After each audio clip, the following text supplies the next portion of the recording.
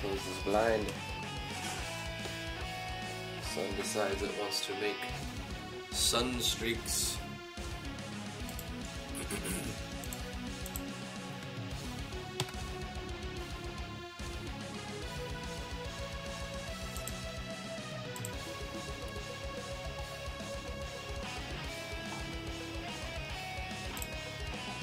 All right.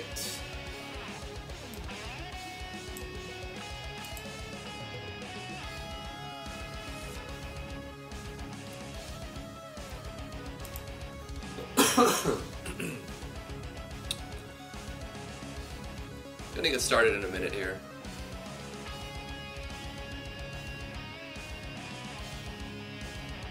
Let some people pop in.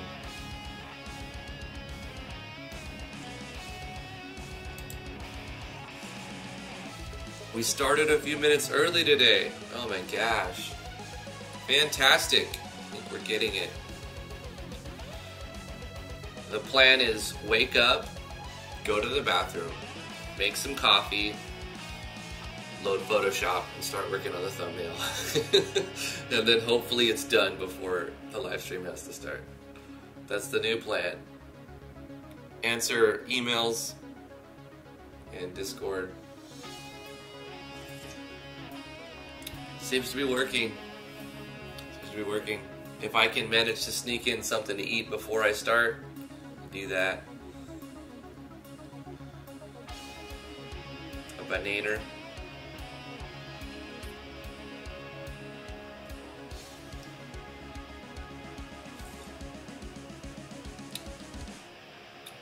What did I title today's stream?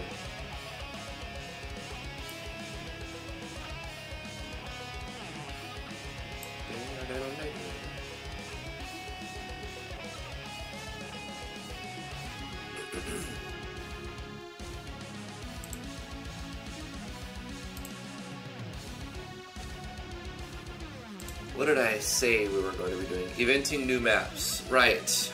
We have to add the events on these new maps we've got. It's very, very cool looking maps brought to us by Cry's History. Zoom out a little bit.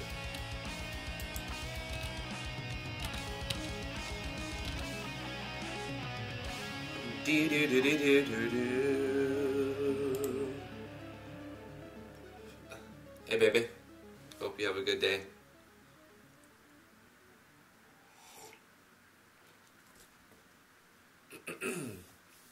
Well, I'm gonna get started.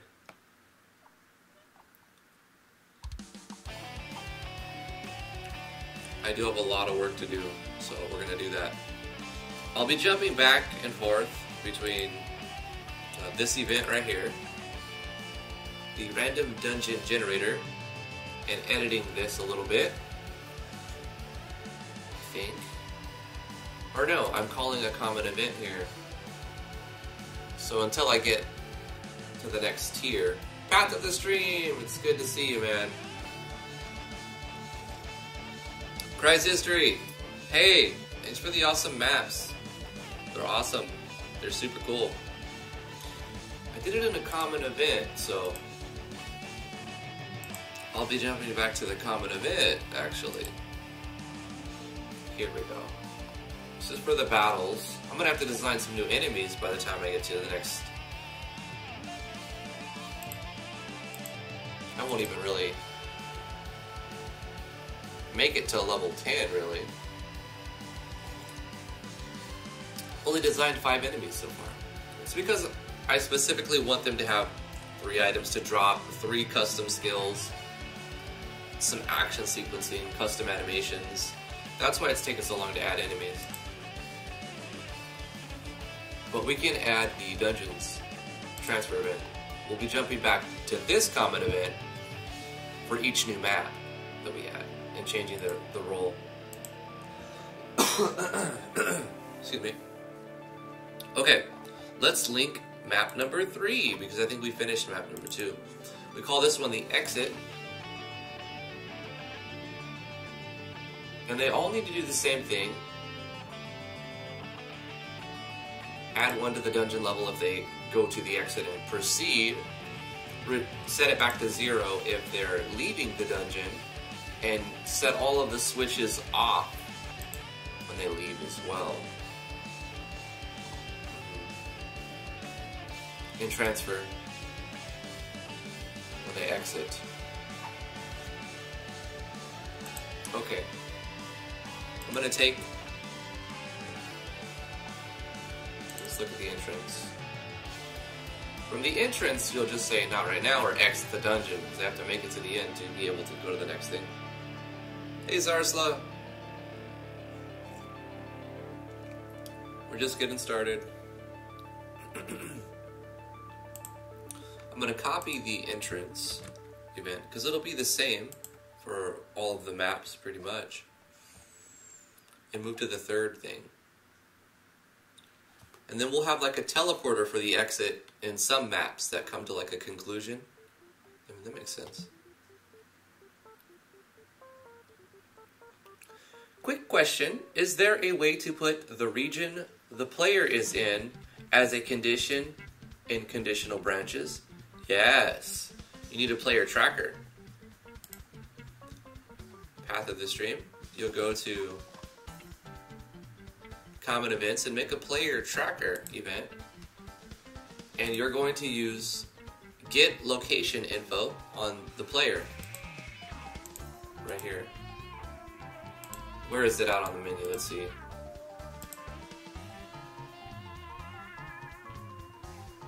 Get location info is on tab 3 under map.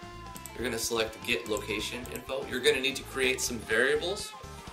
You're going to designate the region ID, so you can call it like player region or player current region, and you're going to request that the data that's in the region ID be stored into this variable.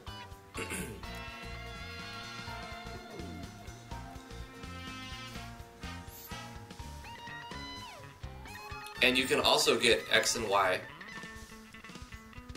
designation with variables. You can designate X and Y with these two. Before I'm doing this, you need to track the player's X and Y, which you can do. So you have to create a variable, call it player X, and set it to the game data map X of the player. Copy paste that, do the same thing for the Y data. So these two variables are going to keep track of where the player's X and Y location is, so we know what tile to look at when we request region information to be stored into a variable. Daniel Cisneros, thank you so much for joining the stream. How are you today? How's your project coming along? So we've got these two variables.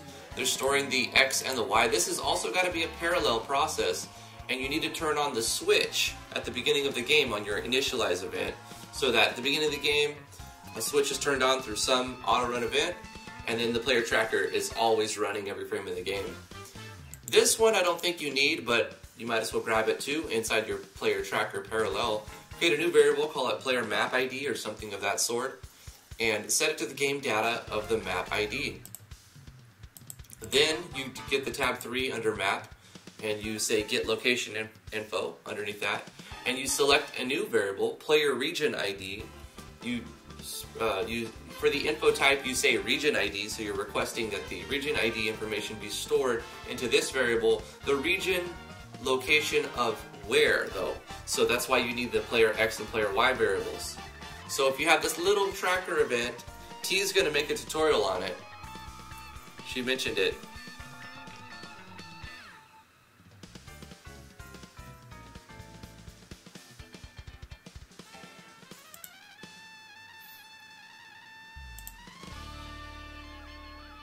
What is SEK10? Hello, Bobbin.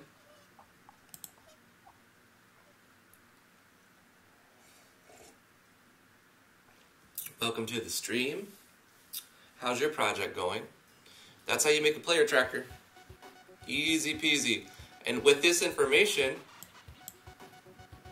you can do all kinds of things in conditional statements path of the stream.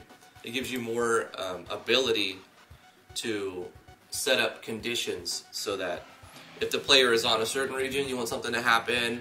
If they're not on a region, you can have different stuff happen. Oh, it's a Swedish currency. About $1. Hey, thanks for the tip. Appreciate that. Really nice of you to do that. Very, very cool. SEK is Swedish money.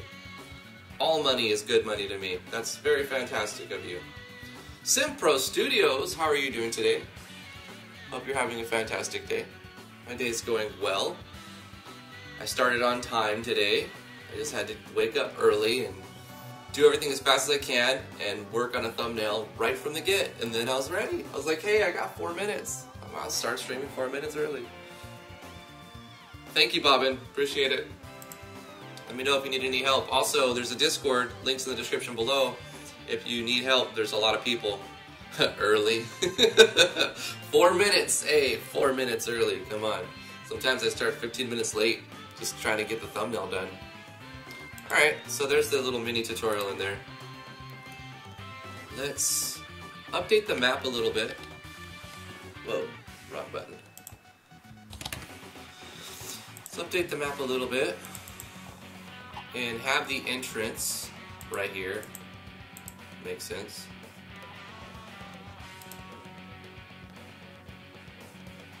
Zyra, how are you doing today?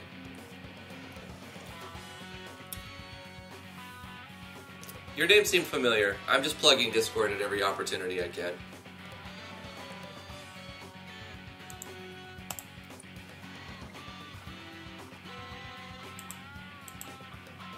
Music brought to you by OC Remix. OCRemix.org. And they supply royalty-free music that we can listen to. Player-made music based off of video games.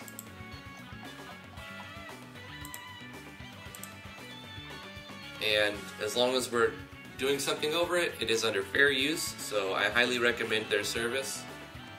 OCRemix.org.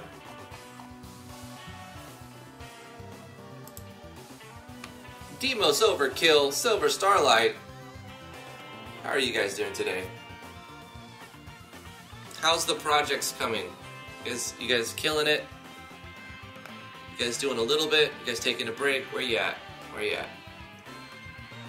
Let's go to events and paste that event. This is our entrance event. And we'll go to map 2 and get the exit event. And put this right here. Or maybe here. Yeah. And this, we can actually give an image. I think I made a teleporter, custom teleporter. We need to do an A-Sprite image today. Drawing portraits, cool. Awesome, it's still Inktober. Inktober is a thing that people do. And digital or write on pencil and paper, pen and ink, whatever. Either is a thing that people do. Both are a thing that people do. Where's my teleporter? I made a custom one.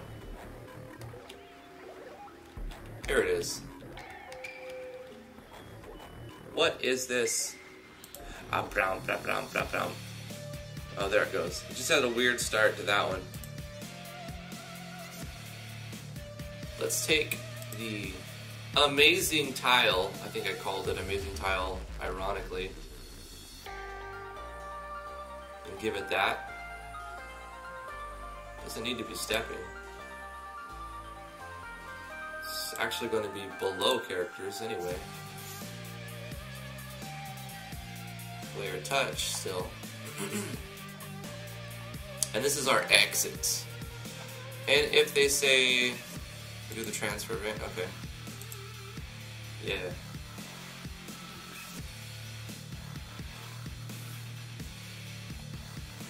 You work on Halloween, Zyra? RIP. Sorry about that. Any more custom sound effects using your mouth and make weird noises? Those are your favorite? Well, we can do that. I try to do that on a regular basis. I'll keep that in mind. We'll load up Audacity if I need a sound effect for something. It's too early right now. I'm having enough trouble just talking. For checking the player on region ID, you can also use the script called gameplayer.region_ID equals and a conditional branch of the script. Yeah. So if the game player's region is that, yeah. That's also a good tip, Zarsla. Very, very cool.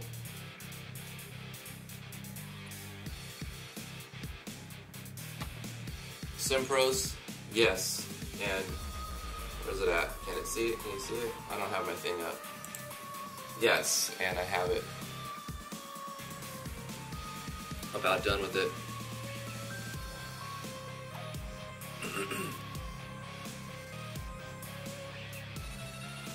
Alright, this also has a light on it too. I'm curious to see how this is going to look. We need to put torches in map 3 and map 2. I didn't do that. Okay. So let's get some torches in map 2. Get used. We're going to add the events on our maps today. Hey Heartless, how are you doing? How's your project? Put a torch here, a torch here, torch here, torch here.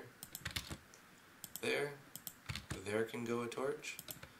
You get a torch, and you get a torch, and you get a torch. Everybody look under your chairs. Torches for everybody.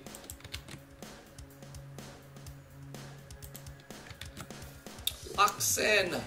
Thank you for joining the stream, Loxen. How are you feeling today? How are you feeling?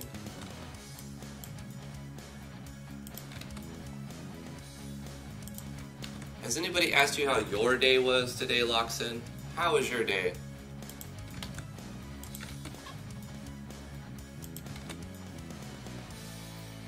Put a torch there. There's probably too many torches. It's gonna be very bright cave. It's probably a good thing though. I don't like it when it's super dark. Who does, really? It's like, you know what I like about this? It's just a big, dark screen. I can't see anything. That's my favorite. Nobody likes that, right? So we'll be very liberal with our torch placement.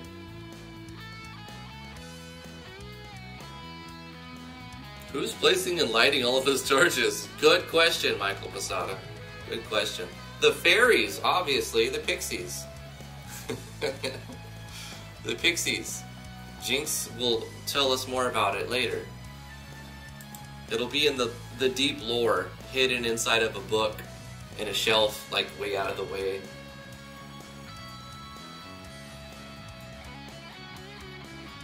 For the glorious sake, of course. No, not necessarily.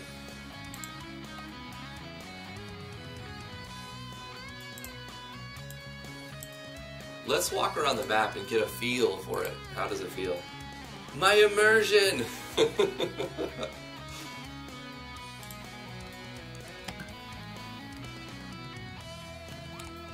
Alright, let's look at this map. This is kind of a weird tile here. No, it'll work. It's fine. It's fine, it's fine, it's fine. Fine. We still have some darkness. Darkness? You put a chest here, huh? Nice little spot for a chest.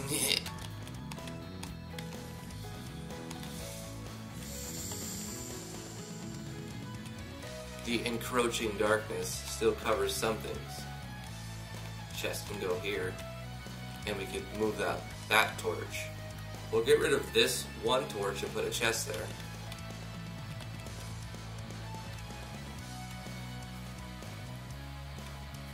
Chest can go here, like right there. So I don't know if I talked about it in the last stream, but I'm gonna have it so that there's no random encounters, and all of the battles will be when you try to open chests. They're all guarded by, I don't know what, so I don't know exactly how, but you can clearly tell that's the exit. So we walk on it, proceed to the next level, or exit, not right now, it walks up. Proceed to the next level. We exit. Let's proceed to the next level. That'll not really do much right now. Plus, proceed to the next level needs to show an animation. So, proceed to the next level. What is that? What is that even doing? It's running the dungeon transfer. Oh, this music's intense. It's adding one to the dungeon level, turning off the switches for the chests, and running Dungeon X for event. So on the Dungeon X for event, we can throw an animation there, so we don't have to keep calling it in the events themselves. Let's play an animation while this rolls a number. So let's show our custom animation on the player, the map transfer. Nope, not hit special 2. Transfer player graphics, wait for that to complete. And we're going to copy this and paste this and say random dungeon area select. If that equals to 3, we're going to allow this variable to roll up to 3. And we're going to transfer the player to the third map. Right here. Face them up and go, yeah, fade to black. Because they're going down deeper. Transferring the player.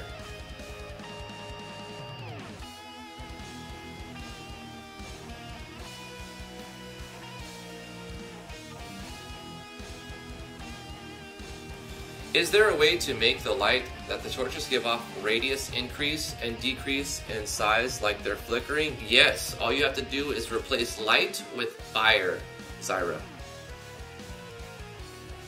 Heartless hates random encounters. A lot of people hate random encounters.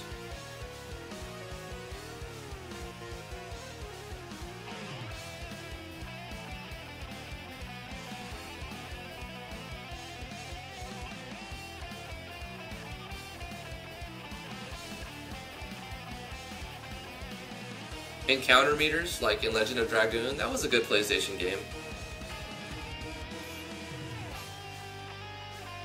Zarwell puts all his enemies on the map as they attack you. Make them chase the player. Just don't make them faster than the player. Take one step, bang, new battle. That happens sometimes with randoms. Random encounters.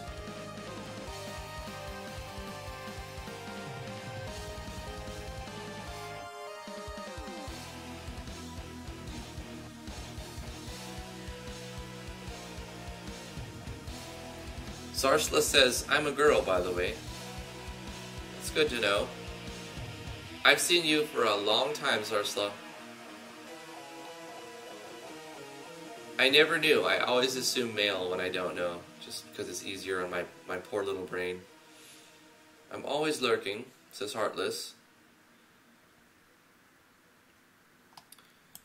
Nice discussion you guys have going on right there. I'm going to keep working on this, tying the maps together. We have 15 to get tied together, and we've got 3 down.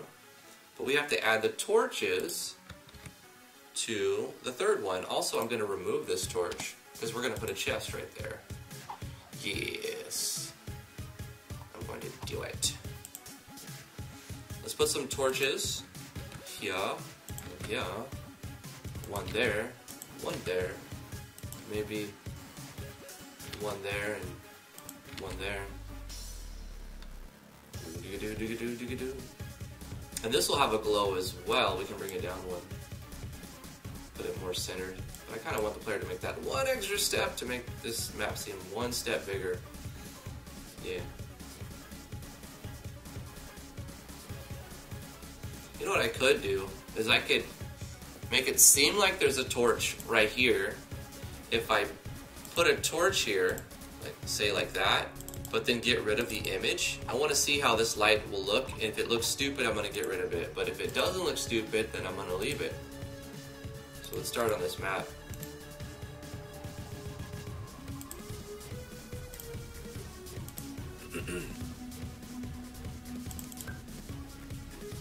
Sugar Zuzu, welcome to the stream. Thanks for joining. Catrick Aberea. Abeyera. Sorry, I butchered names. It's what I do. I'm the butcherer of names. So you know what? That light, it works right there. It kind of feels like there's a torch or a light source right there. It makes it a little bit brighter.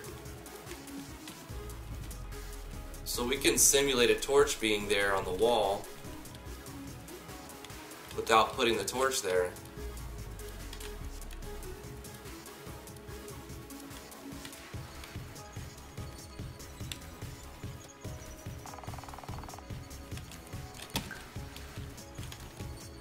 And on this specific one, instead of moving up, we'll have it move down. Skip it cannot move. In the instance that it gets stuck, yeah.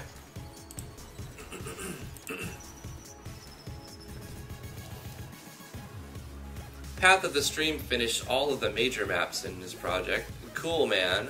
Cool, man. How do you plan on handling encounters in this, Drift? Well, I mentioned it. They're going to be only when you open chests. We could work on that system now. I should probably do that. So we got the exit and the entrance to map 3, and we got torches on 1, 2, and 3. Now we need to add the chests, right? So let's do that. Let's start chesting up the maps.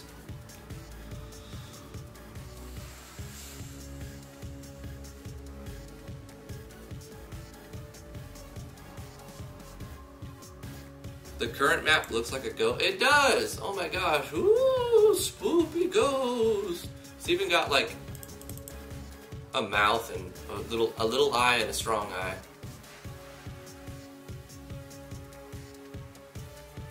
Ooh, that's cool. Or even, yeah, that's interesting. Okay, let's make the chest event, right? I started the common event, run random dungeon battle setup. It's going to be determined by the dungeon level. So the chests can be opened, and on any map, like each map isn't specifically, this is a level 1 map. They're all available from level 1 to the max level. That lets me cycle through them very quickly and creates replayability. And it also gives this kind of Skinner box effect. Like you don't know what you're going to get, so you want to see what you get. Like gacha system, but it doesn't cost the player anything, so it's fine. Make a jump scare show picture? No, I hate those. And if people do them, that's fine, but keep it to a very minimum, like 1 or 2 for the whole game. That's it. You only get 1 or 2. 2 if it's the story's real good, 1 if it's not. Here's our where the battle, this is where it jumps to a battle depending on the variable, but we still need to design the chest. So what I can do is look at where I've already put a chest. For example, this. So I'm going to copy this and put it right here. Let's see, we'll start here. Where's the first chest going to go? We'll have up to 5 per map. Here's a good spot for a chest. Right here. You have to walk to it and get it. So you go to it, and we put a show text. The chest is guarded by enemies. Challenge. Do you want to challenge the Guardians?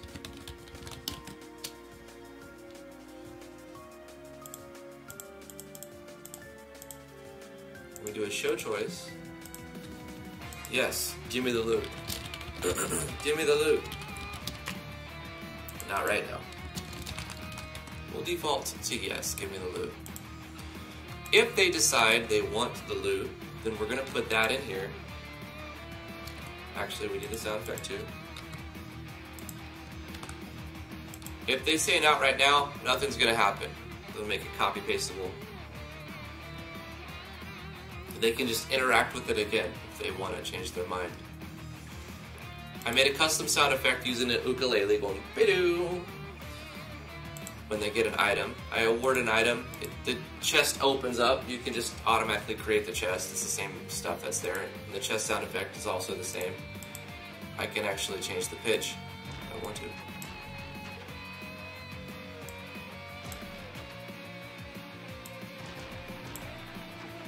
That sounds deeper. Okay. But what we need to do at the beginning, if they say yes, is start a battle. So instead of putting, like, every time I add a new enemy, it's going to be added to the battle. And I don't want to update every one of my chests every time I add an enemy. So I created a common event that they're all going to use. So I'm going to call the common event inside the chest. When they say, give me the loot, we're going to go to common event and run random dungeon battle setup right there. So it's going to call the battle setup. If they win, then, you know, that's all determined in here. So if they win, nothing's going to happen at this point. If they escape, nothing's going to happen. If they lose, nothing's going to happen. But what I can do is on all the lose conditions, if you ever lose a battle, you get taken out of the dungeon. So on every lose condition, we're going to do a transfer event. We'll show an animation, the transfer player, and do the transfer event. They're going to be removed to here. Fade to white, face down. So on all of the lose conditions, I'm going to put that. And when I add an enemy, I'll just copy paste that right in there. Pop it right in there. If they escape, then nothing's going to happen really, right? So I need to specify that they can't just escape and open the chest. So I could make the battles unretreatable because there's no penalty for no real penalty for losing the battle, except you get taken to the beginning of the cave. You don't game over and lose your progress. So it's just fight. If you decide to challenge, it's optional, right? So if you decide to challenge the Guardians, you can't run away. I think I'm going to go with that for simplicity right now. We'll remove can't escape.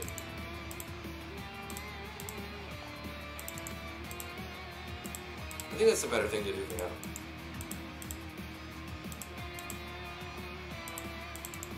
Because I'm not like forcing them into a battle.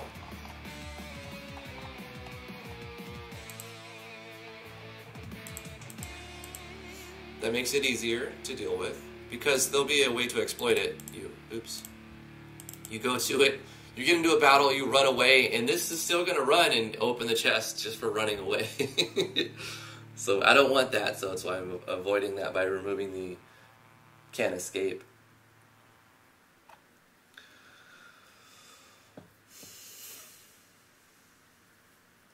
I have an idea. A chest that runs from the player and the battle will be with the enemy that attempts to flee. If you kill it before it flees, give the player a decent amount of loot. That's an idea. It kind of reminds me of those ghosts in Path of Exile. Those fast blue-green ghosts. They just like beam through and you have to chase them and they just fly out of the map. But if you do kill them, you get a lot of loot from them. So let's try that. Let's see if this actually works. We do need to have our dungeon set up, our dungeon level set up at some point. So when we enter from the dungeon area, we use a keystone and we set the dungeon level to 1. And then we transfer to one of the random dungeons.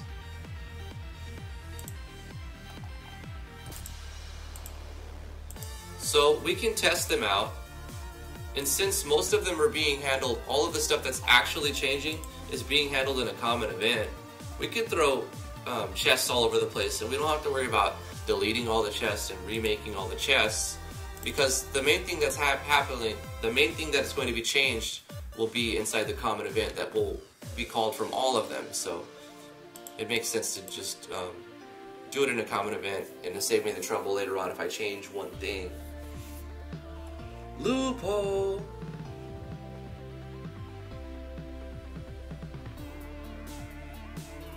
Pukachi, you just spent $5 on some worthless stuffs. Why you do this? Why you do this? Zyra says you spent $20 on League yesterday and it feels League of Legends. I did spend money on League one time. I put in like 300 hours on League over years, so that's not really a lot. Some people have thousands. And I bought a Katarina skin one time. And I was like, yeah, I don't think I'm gonna buy any skins anymore. Why you do this? Bobbin is trying to do an HP game. You have no idea how the battle system should work. Existence is pain. So this is a chest of picks, but I don't want it to just be a chest of picks. I want to have another common event to randomize the loot we get. Yeah? Let's do that. So let's get rid of the item gain stuff inside this chest. Wait, let's undo this. Or paste it, because there's no undo. And we'll take... Wait, this is using self-switch, which we're not going to use. We're going to use an actual switch. We're going to use level 1 chest switch. Will be turned on, so it'll be opened. And instead of a self-switch, we're going to use a regular switch. That way, when we leave the dungeon and come back, the chest will be closed again, and we have a chance to fight a monster in the dungeon again, get experience, the loot from the Guardian, and the loot from the chest. Bonus loot. So we need to change a switch. Control switches. Turn level 1 switch on. That will close, well, that will open the chest and make so that you can't just keep opening it over and over. And it gives us control without having to do a script call to change self switch. Katarina is Drifty's waifu before he had a wife. True story. True story, bro.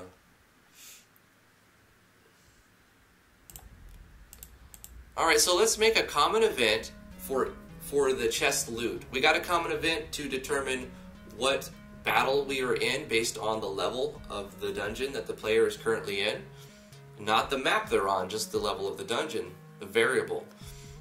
An arbitrary value that we can control based on the player's actions.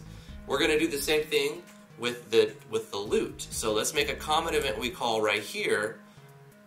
Let's see, transfer the player. Why do we have a transfer?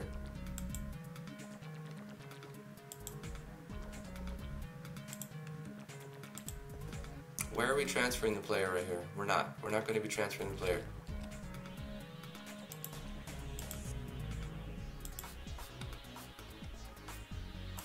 Yeah, that didn't need to be there. I don't know why that was there. So, you go up to the chest is guarded by enemies. Doing a challenge, if you say yes,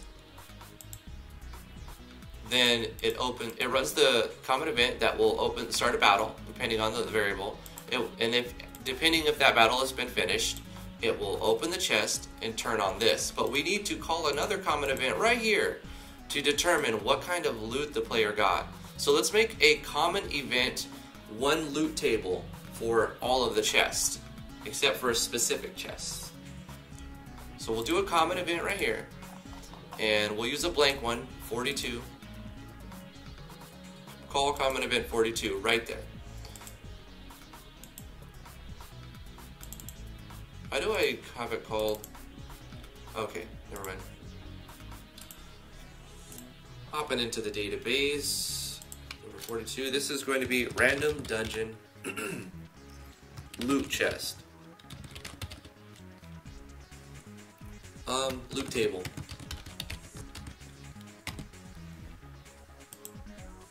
And we don't trigger this because we're calling it from an event. Don't tell T about Katarina. She knows about Katarina.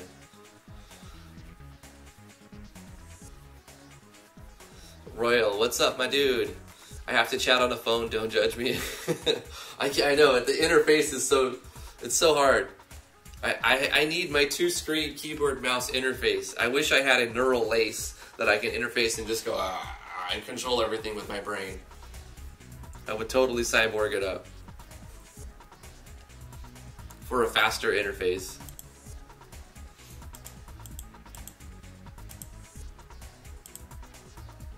Alright, so at this point the player is going to be awarded an item, so we'll control a variable. I'm sure we have several item rollers at this point. I don't need to assign a new variable, I could use one. Item randomizer, we're going to use the item randomizer, which is used for other stuff as well, but because it's not going to be doing these two things on the same frame, it should be fine, especially since we're re-rolling it every time before we're calling it. So we're going to reuse a variable, the item randomizer. We're going to set it between a random number between 1 and 100. And we'll change this number if we need to give it to 1 in 1,000, if whatever. If we want to have super rare stuff. The more rare you want something, the higher maximum number you're going to need to have. Right now, we're going to make it 1 to 100. And how many different loot things do we want it to drop? Well, we can drop all of these basic things. Is there anything that we don't want it to drop? A village deed, we don't want it to drop that. Definitely don't want it to drop a village deed. That's a different kind of item. So what I can do is move the village deed way down and just do a loop too. And do a script call for what loot drops. And just have it pick between 1 and whatever number. I don't know how you wouldn't do sensory overload from a neural interface. Yeah, probably your brain would explode. At first, the interface, I bet it would be a lot slower because we'd have to learn how to use our brain to control stuff. But after a while, it's like you start typing the first time you're typing slow, but by the end of it, you know, I could do like, I don't know how many, but like over 100, between 1 and 200 words a minute.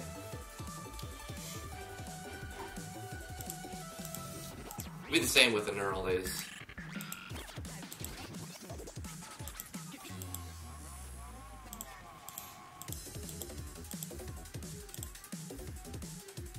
Yeah, we're not going to do a script call. It'd be too... I'd have to move my items around, which I don't want to do.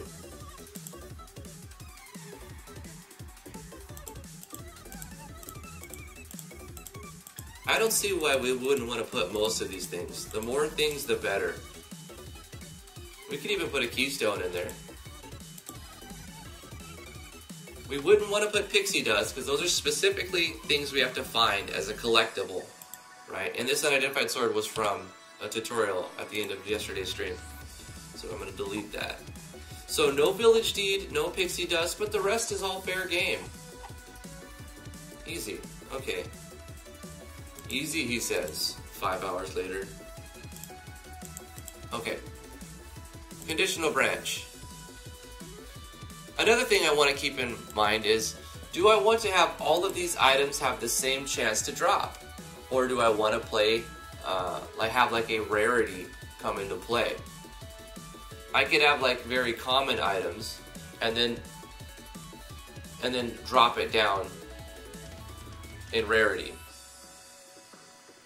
If I want to have them all have the same chance to drop, then it'll be much easier to event this.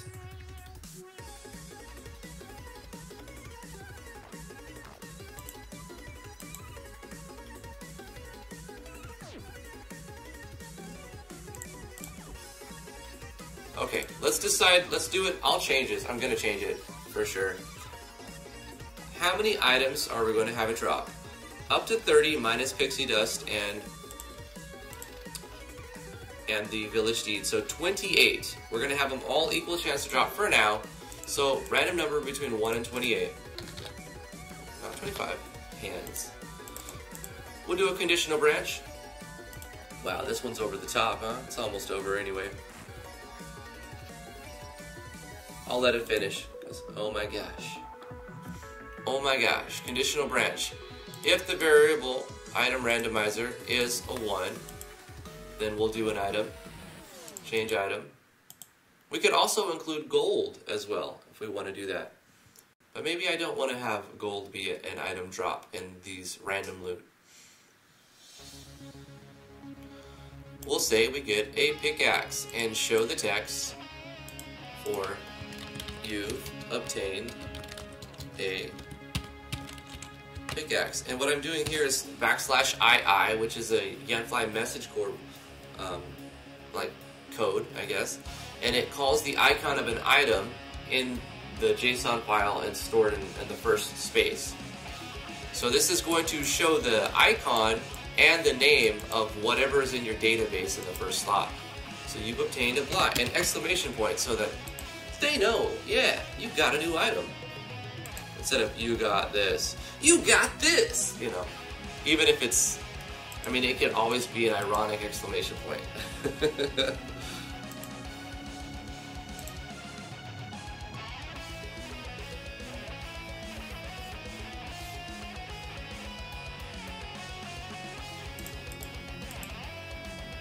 At this point, it's pretty easy. We copy this and we paste it. This is why I wanted to do it this way first. We change the variable, we change the item, and we change the number. We don't even have to think about what item it is, except checking to make sure that's something we do or don't want to have.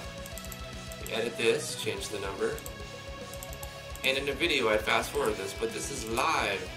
We're gonna do it live, so you're gonna watch me do this. And hopefully you're having some good progress on your project too, or whatever art or coding you're working on. I hope you are getting a lot of progress made on your stuff. And if not, I hope your break is rejuvenating, and I hope you find sources of inspiration so that you can come back to it stronger than ever. Sometimes our brain needs a moment to process everything it has already learned, even though we don't. I learned this from playing guitar. Oops, I changed this wrong thing.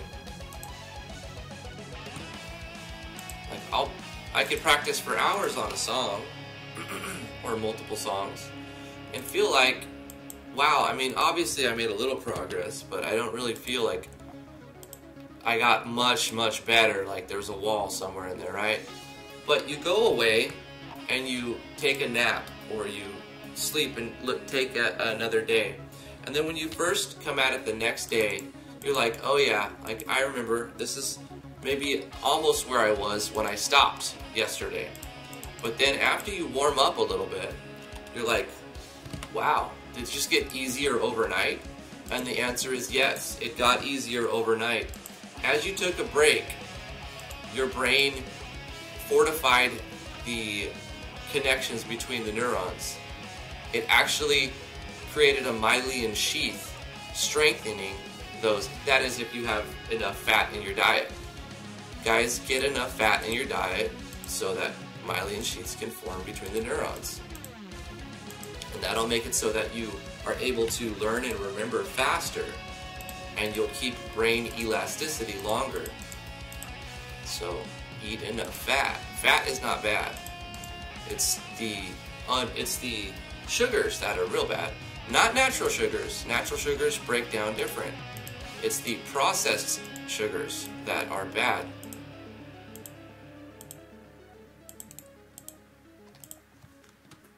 And this makes it easy by associating the item number that we're checking with the item in the database until you get to a certain point, and then it's going to throw a wrench if you're skipping an item. So it might even be a smart idea to take the village deed, copy this, and put this down on 50.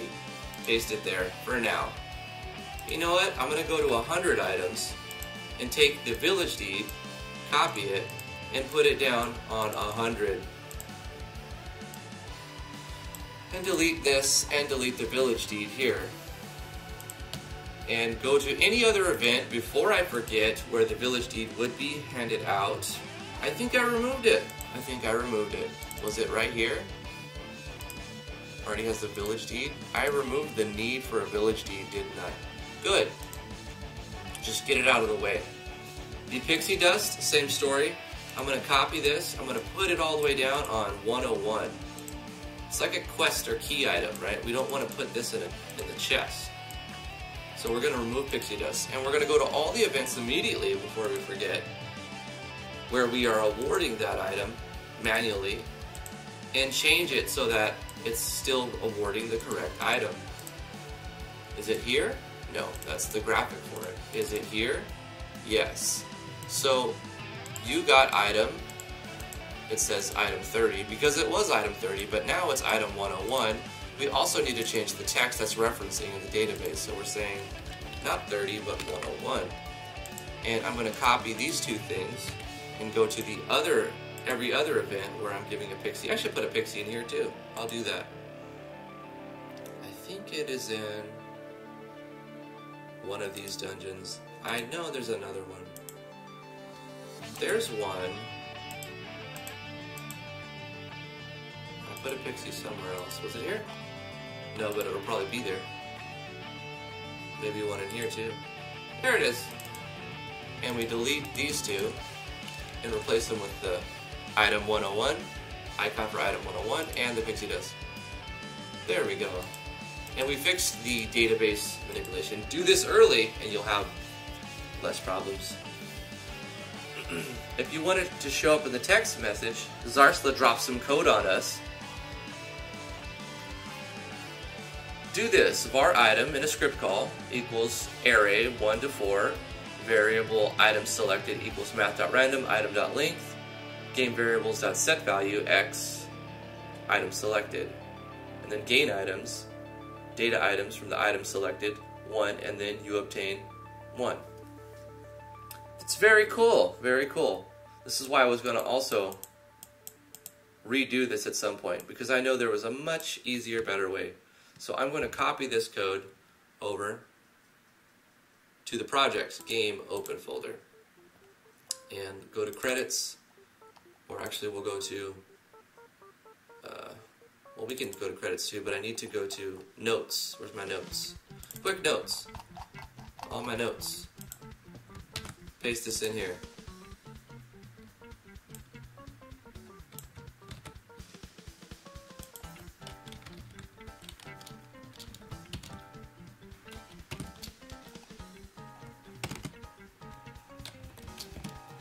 So this is so everyone else can see as well. Alright, so what are we looking at? We're looking at creating a variable item, which is an array, and then creating another variable called item selected, and it's stored to random item length. And then we're setting the variable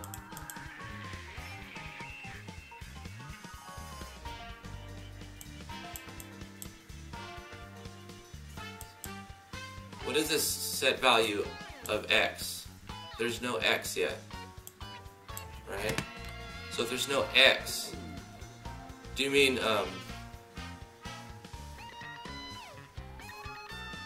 var item? Do you put item right here instead of x? Is that what you're saying? Set value of the array to item selected.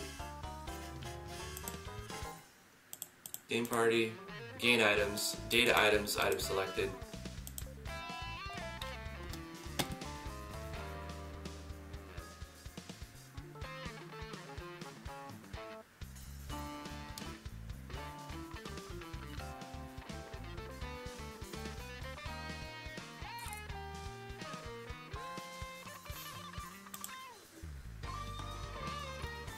Set the variable ID to x.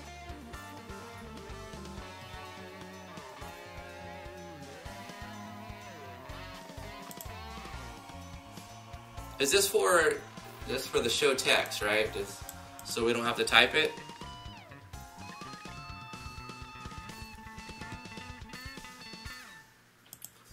Right. We could do that. If I close this and open it, will it still look right? Let's take a look at that. It's saving and not Unicode or something. Oh, it's this question mark. Okay.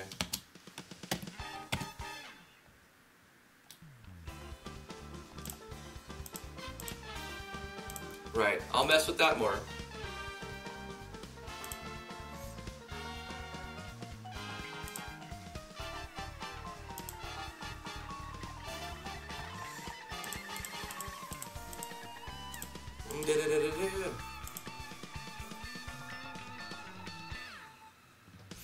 I'm not sure how to incorporate it like that. We could do...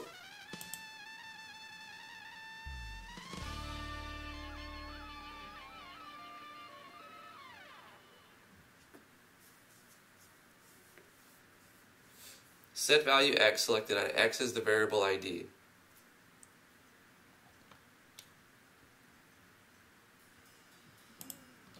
Oh, I see. We're going to change the variable though. Like it's between 1 and this number now because it's lined up, but eventually it's not going to line up. I mean, we're moving the database around to make it work, so we could do that actually.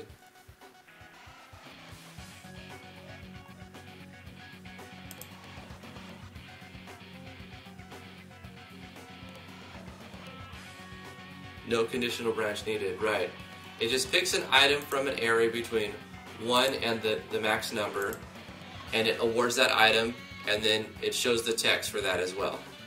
And then this entire common event is just like a script call, like that big, right? Instead of the entire thing for every item.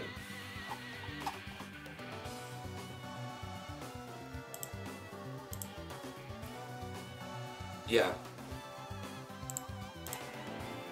Alright, let's try it. We'll give it a shot. How about that?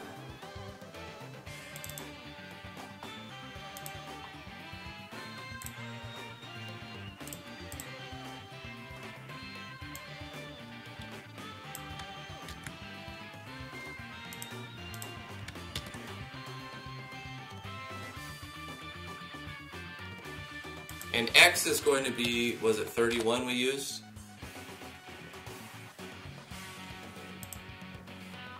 What are we using? 34.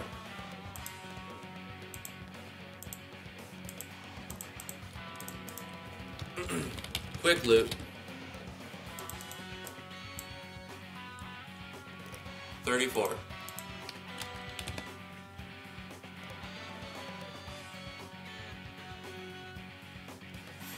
Okay, so we're creating a variable called item. It's an array. 1, 2, 3, 4. We put in all of them, right? We have to include every item. 4, 5. For this, we don't need spaces, since it's going to be large. 6, 7, 8, 9. Correct me when I do this wrong, Zarsla. 12, 13, 14, 15, 16, 17, 18, 19, 20, 21. Isn't there a way to do like ... 22, 23, 24. To set an array between 1 and a number in JS. I can look this up, but I don't want to bore you guys too much. Like set an array and give it the value of between 1 and some number. YouTube has incognito mode. When you press Control N, still doesn't protect you from the FBI. Probably not. Or Facebook. 35, 30, wait. How many items are we looking at? I think that was it. 1 to 30 right now. Right, hit OK on this, save this. Look at our items. 1 to 30. We're going to take the level 1 keystone. Oh no, because I got this using in several other events, so that one's got to stay where it's at. Let's take something and put it in, or make a new item for 11. Let's make a new item to fill in the gap. This is going to be a mushroom. Tasty shroom. It's a tasty shroom. It's a regular item. It is consumable. It's for 1 ally. It could be consumed at all times. And it's going to operate like a orange or the apple.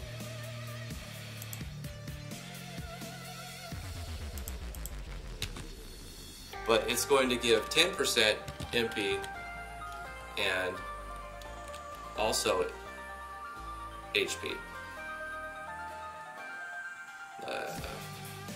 Or I can give TP. I don't have an item for TP yet, which I'm calling it. Am I calling it TP? We'll have it give 50% TP. Yeah. Let's get a good icon for TP.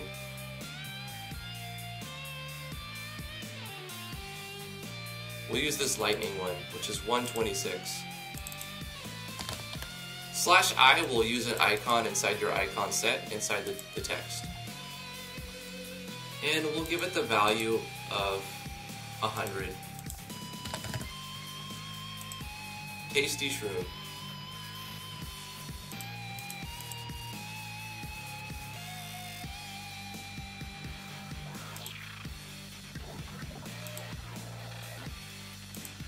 Over here, gain TP 50. There it is. It will need an animation, so I'm going to make an animation for the Tasty Shroom real quick. We're going to make it very quick. I'm going to take something, copy this, go to the bottom, paste it here, change this to something else.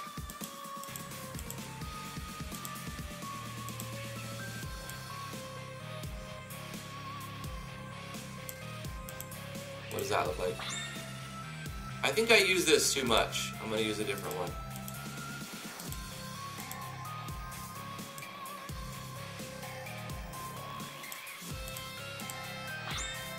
Yep, that looks good. We're going to get rid of the screen flash, all of them. Get rid of one of the target flash. Get rid of the sword. Edit the sound effect to be om nom nom nom. I think I made one for this.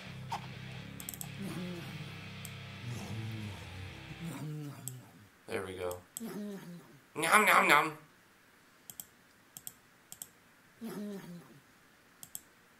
Nah, it doesn't fit. It's because it has to be applied for anybody who's using it. This rustling sound effect that I didn't think I'd use for anything, I'm using it for that. And then something else.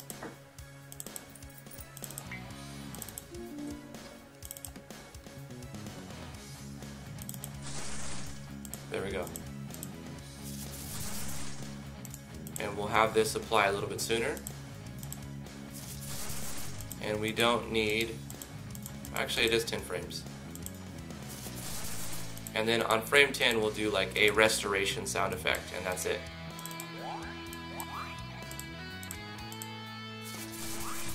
Yep, that's it. This is our Eat Tasty Mushroom. We'll just call it Tasty Mushroom. Tasty Shroom. There it is. Apply that, go to items, give it that animation. Quick and easy custom animation.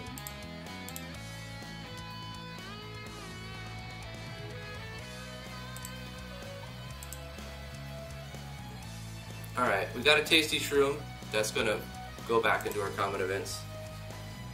Borderlands VR. So 29, we're going to end that array at 29.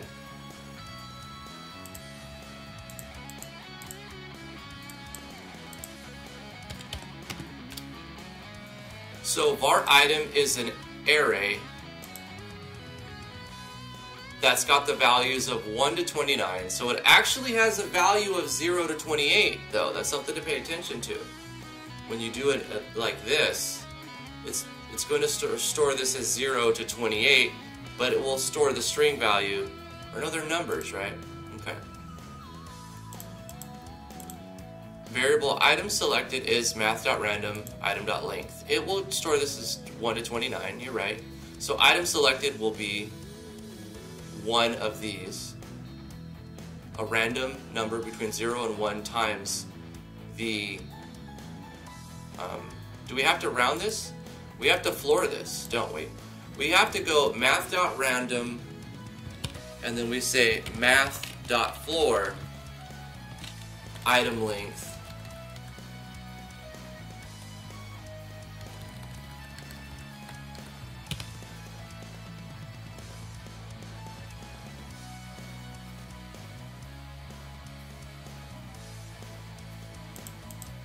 I think we have to do that. Pick a random number. It's not as simple as math.random. We still have to floor because math.random is going to roll between 0 and 1 and then multiply that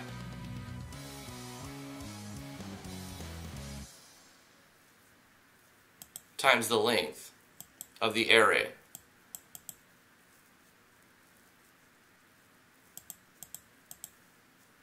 I think that's right. Don't you gotta floor that, Zarsla?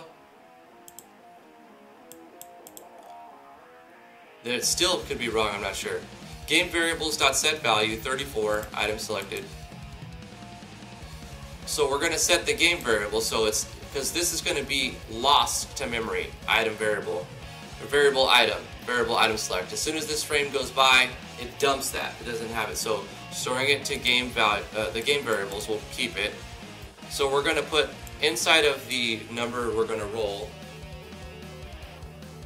item selected.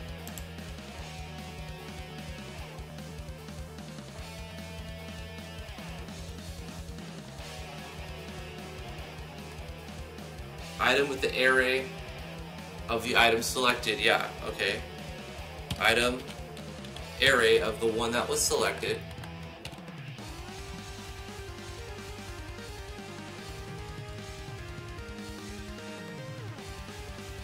Failed fish always lurking. Always. Well, it could save everybody a lot of time if we get this down right, so. GameParty.gain items, data items, and we're gonna select item, gain items. Hold up. Gain items, item selected. We have to do it like that too.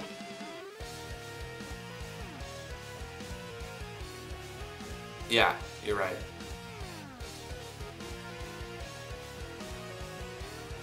And you get one of those. And we're also storing it in 34 here so that we can reference call. I mean, we could technically go game message. You know what? It'd be easier just to do a show text because it's so much show text and say you've obtained, because we don't have to declare the background and the position, etc. We can just do that right there. You've obtained item icon for variable 34 exclamation.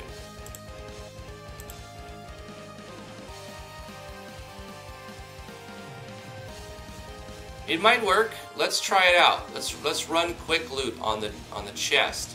We'll get rid of the common event that calls the battle first, for now, and we'll see what we'll see what happens when we crash and how to fix it. If we crash, probably gonna crash. Let's get rid of this for now. We're gonna open this. Say, give me the loot. It'll open. It'll run the. We have to select the right common event, the quick loot,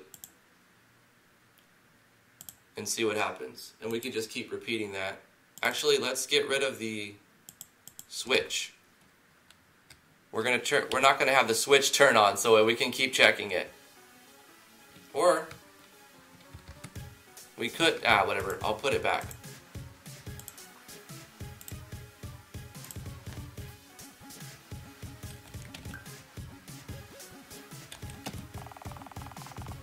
Yeah, give me the loot. Game has encountered a bug. Oh, I need to let you guys know why this is happening.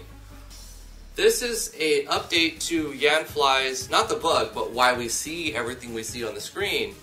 This is an update to Yanfly's core engine as of this morning, and Yanfly's battle engine core, because Yanfly has taken some code with permission from Olivia and put it into the Yanfly engine, core engine and battle engine core, so that when we get an error, it's going to spit more information at us. Instead of having to press F8 and open the console and see all this, it throws that inside here so that we can see the error. I've got to go tinkle, and I will be right back. I'm gonna click that play ad button for those of you who want to support the channel. Thank you so much. I'll be right back. Gotta go pee.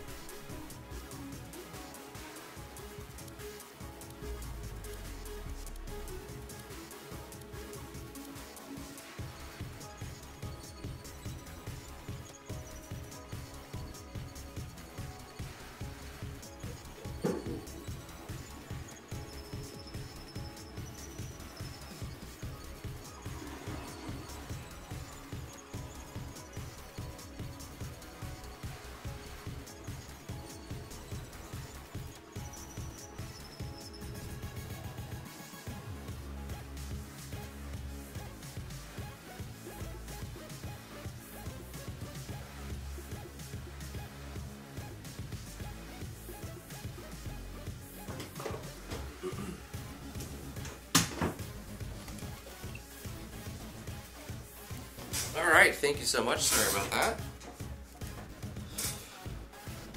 Alright. Why do we have this error? Game has encountered a bug.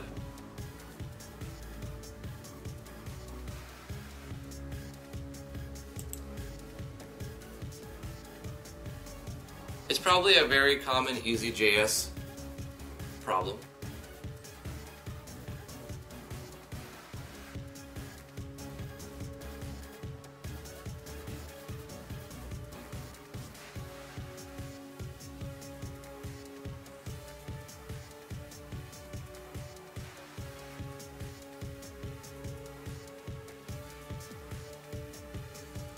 Gain items is not a function. It's not. Cannot read property icon index at all. Wait, what? Yes, it is. I just didn't put it in the right syntax. Gain party.gain items. Is it gain item or gain items? Is it? I do this all the time. I'll put an extra letter or get the wrong capitalization. I'm the master at syntax.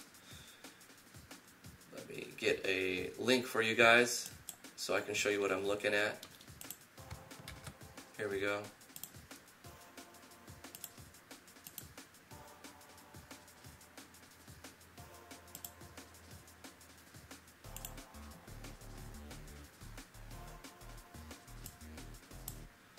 It would help if I would keep the live chat open, huh? Yes. Here we go. This is what I'm looking at, guys. We'll bring it over here. Gain item.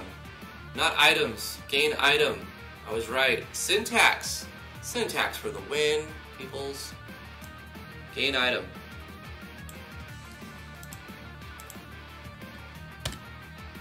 Let's try it again. Now, is it $data items? I think it is, though. That is plural, isn't it? Let's just run this and see what happens.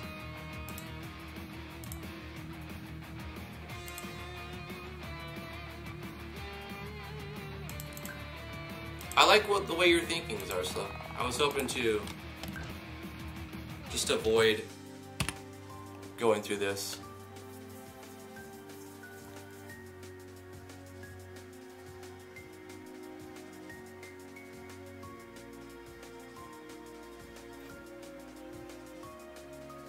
We've got to use random int dot item length. Let's try that.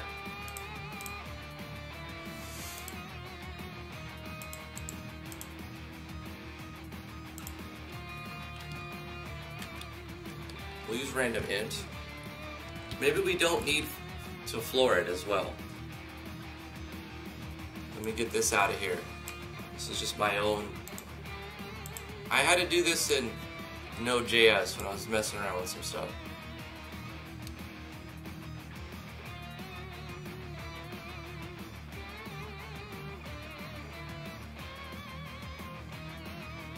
Okay. Let's try again.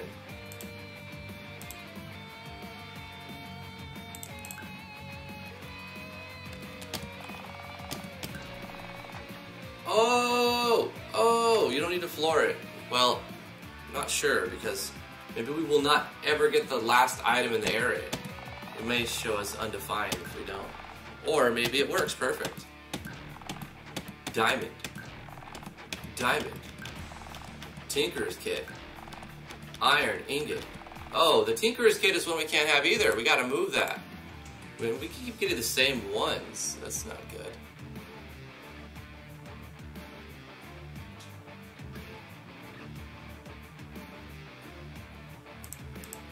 Quick loot. We'll call it random dungeon. Quick loot. So let's go to items and find the Tinkerer's kit. We're going to copy that and put that at 102. Paste that right there. And remove the Tinkerer's kit. Clear that. And we need to add another item for 24. Quick item. What are we going to give it? What are we going to call it? Quick item idea. Let's call it an onyx. And it is worth 500. Good item. It's not consumable, has no scope, never used. It'll be a crafting thingy eventually.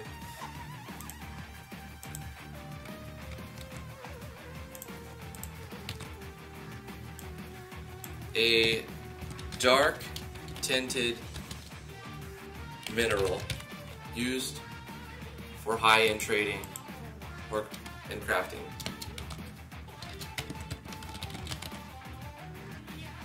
Should update the description on diamonds too.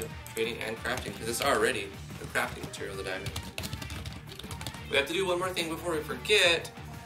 We removed the alchemy kit, which is part of the storyline right now. We moved it, not removed it.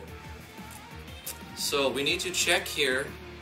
We're using a switch for him, that's fine. But we get the kit from Devin Scott.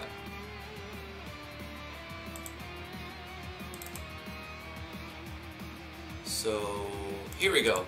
Items, change items. Instead of the onyx, we give him the Tinkerer's kit. Okay, fixed it. Maybe item icon show synthesis. You've unlocked crafting.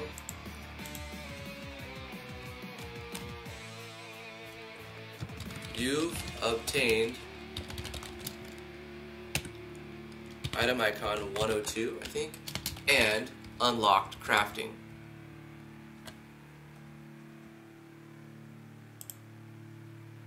I'm gonna test this guy real quick. See what it looks like.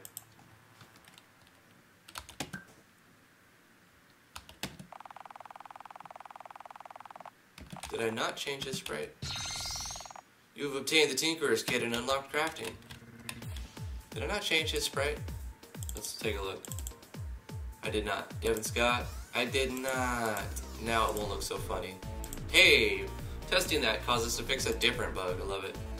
I love it. You won't have that super stretched head now. There he is. There he is. Looking much better, Devin. Looking real good. You like my pet dog? His name is Bones. Oh, we're both stuck now. Rip. Woo! I can do the control button move. Do you know how to do that? Just trolling. Cool. Zarsla, I think it works, man. Woman. I think it works. Holy crap. Oh my god. Let's go back here and test it some more. we're still going between 1 and 29. But, I mean, will we be able to get the first item? Yes, we should, right? Will we be able to get the last item without flooring? Well, we should. I did not. Oh, hi, Mark.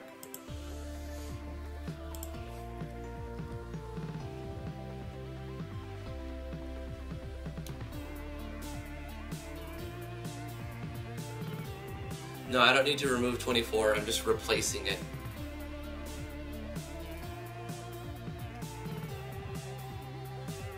Like I've already gone with the idea of cleaning up the database, because what if I just store the value of,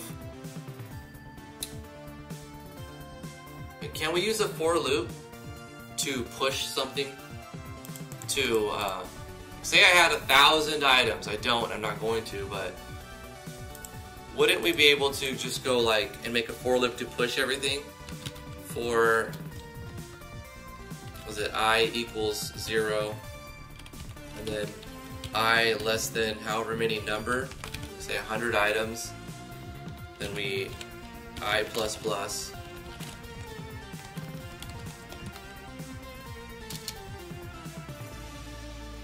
and we would be like $game variables, or no, we would have to, that would have to be inside of the other one as well, wouldn't it? Because it's going to reference something that's no longer in memory. We would just create like variable, we would create variable item like this, and then we would do the for loop, and we would say item dot push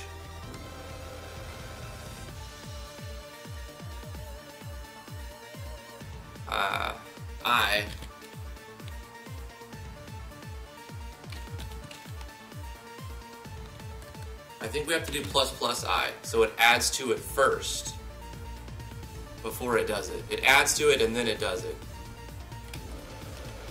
Item dot push I, and then to add all of these variables to your item array, you just change this number, and it'll add 1 to.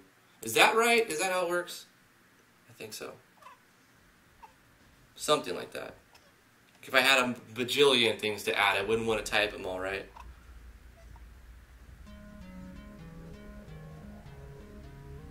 Where is T's Jam? She's at work. We live in the same house. We married, yo. We done got married.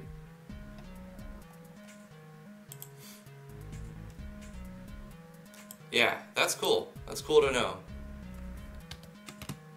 Thanks for bringing some JS into this today, Zarsla. I appreciate that. I really do. Really cool. I like it. I think we've all learned something, huh? Maybe not. A lot of you are like, I already knew that. Some of you are like, I don't know what that is. I'm just going to go show me the event way. This is the way to do it evented. Very easy. Just to more time consuming overall. Actually, I mean, once you have your JS down, it's less time consuming to do it this way, but some people will find this more time consuming. It's a little error, and get frustrated. But it's kind of fun and an accomplishment. I feel accomplished when this works right. Okay, anyway, that should work fine. We got a random dungeon quick loop, and then I'll keep this up for reference. Yeah, just because you're married doesn't mean you live under the same roof, that's true. But it usually means that. I mean, most of the time.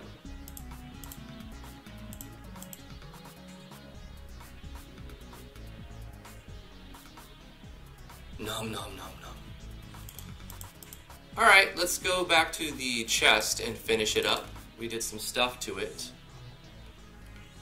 So when we say, give me the loot, we need to call that common event again that starts the battles. Common event. Random dungeon battle setup. And then we'll call the random dungeon quick loot.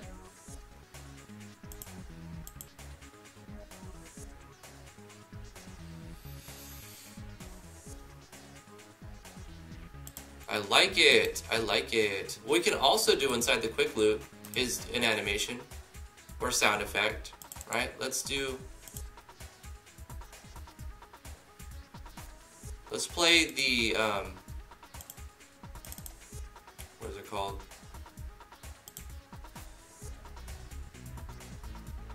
Was it ukulele sound effect I made?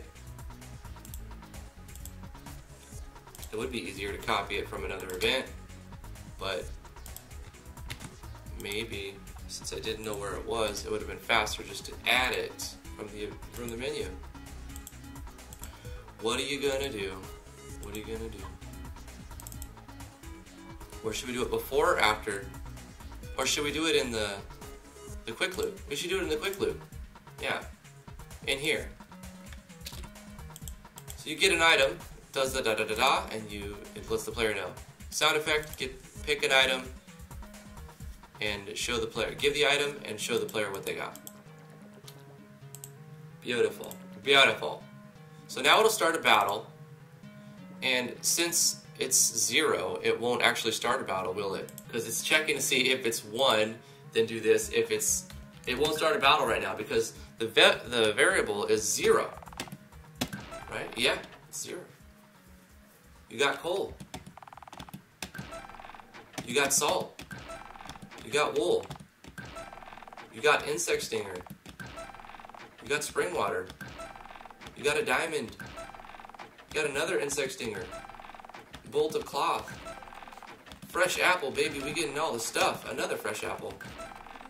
Raw meat. Scorpion antivenom. Another scorpion antivenom. Do you see a trend here?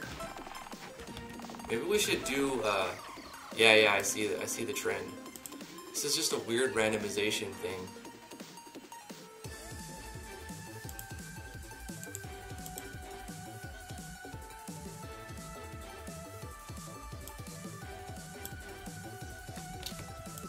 This is not good code, do not copy this part.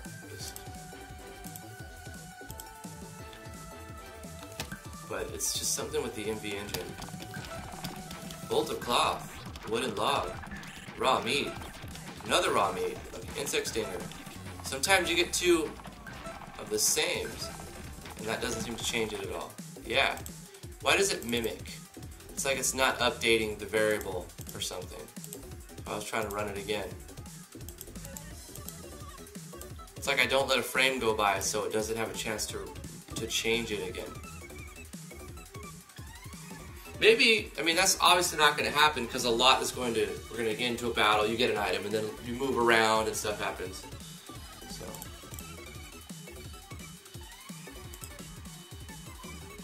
You know, computers are very bad at picking random numbers.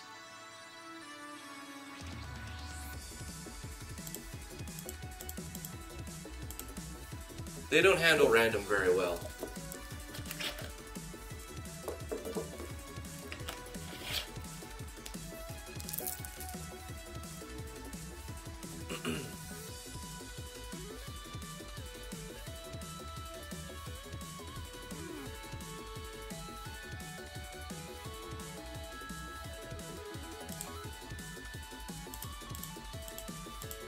Alright, so that definitely saves us time, because if we want to add an item, we just add one to the array here and put it, you know, right there. And we can skip. Zarwell said just remove it from the array because it picks one of the locations, right? It picks a random one.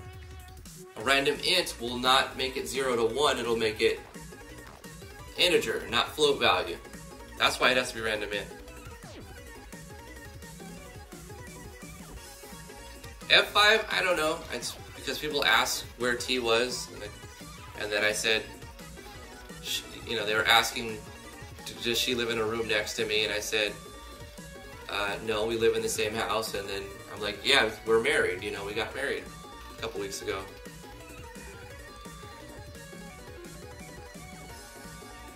And then they're like, well, I think it was Royal said, just because you're married doesn't mean you live in the same house, which is true. And then the marriage conversation ensues. The chat has really been all over the place, and awesome. You guys are awesome. I love reading your chat. It keeps this job very fun for me. Very fun. And I never know what to expect. Never know what to expect. That works. So now we could essentially copy paste the same chest, but then change the switch that it's looking for. So we're going to, after the quick loop comment event, we are going to change a switch, control a switch. The loot chest 1, we turn it on, and then it's right here, opens up. So we can't keep opening it. No, we are married and live together.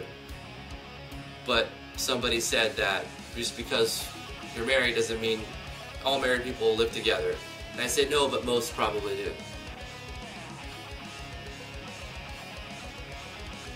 Yeah, it shouldn't bother anyone if we didn't live together. Yeah, and I don't think it is actually bothering anyone. So let's copy this and put the chest in other locations as well. Wait, did we do the X? Oh, yeah, we did. Okay, so there's another chest over here. We're gonna put a chest right here. And this will be switch number 2. Now all we have to do is change the control switch and the conditions for the switch. And that's it. And that's it. So this is chest 2. We can copy this. The player is gonna walk up, and the shortest route would be, probably this way. But this is gonna lead to that. So we'll put a chest here. They need to be available. You want to run dungeons to get loot, and plenty of it. Plus the player has to work for it. They're going to have to fight if they want it. So change the switch to 3, and the conditions to 3, and the name to 3. And then I copy this. And right on the exit, boom. If they just run through here. If they run up here, they'll probably see that, so let's put it down there. But you'll see it from the torch here. And it may lead you to go this way and skip that one. Eventually the player will learn them all. They don't all need to have 5 chests in them, but up to 5 per area. This is now 4, right? 4. And the conditions will be 4. So we've got 3, we got 4, and 3, 2, then 1. Fantastic. Another thing we have to do is change the battle background for these grayer areas.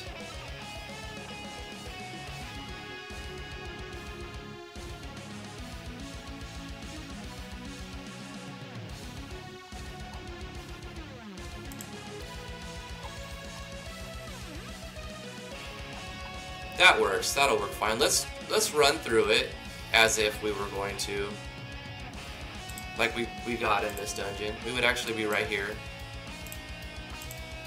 and see what it looks like, how it feels running through the dungeon. Ah, look how it hides that.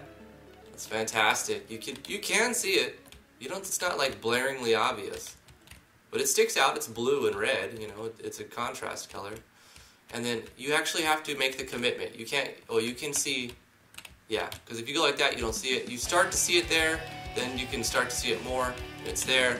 So they're not like super hard to find, but they're a little out of the way, right? They're a little hidden, which is going to give the player, hopefully, some sense of satisfaction. This is kind of like, what did I come up here for? Oh, well, there's a chest here.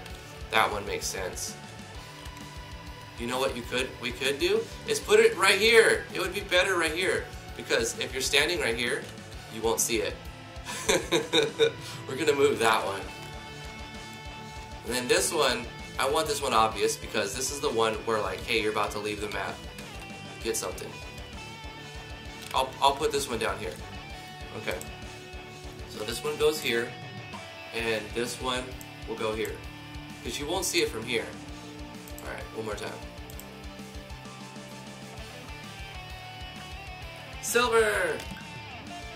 Don't leave me! Don't leave! Anyway, I'll see you later.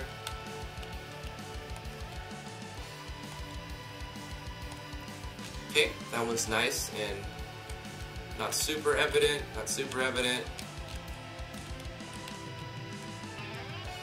Beautiful, I love it. Great placement. And then right here, it's still evident, but you can miss it. You can miss it. Yeah, I like that.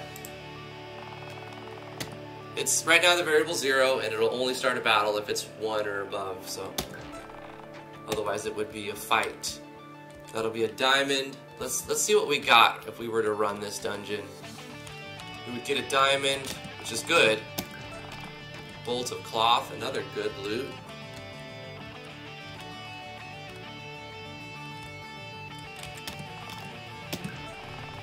Level 1 keystone, yeah, that's like, that'll start you at the beginning again. You don't have to make it to enter the dungeon.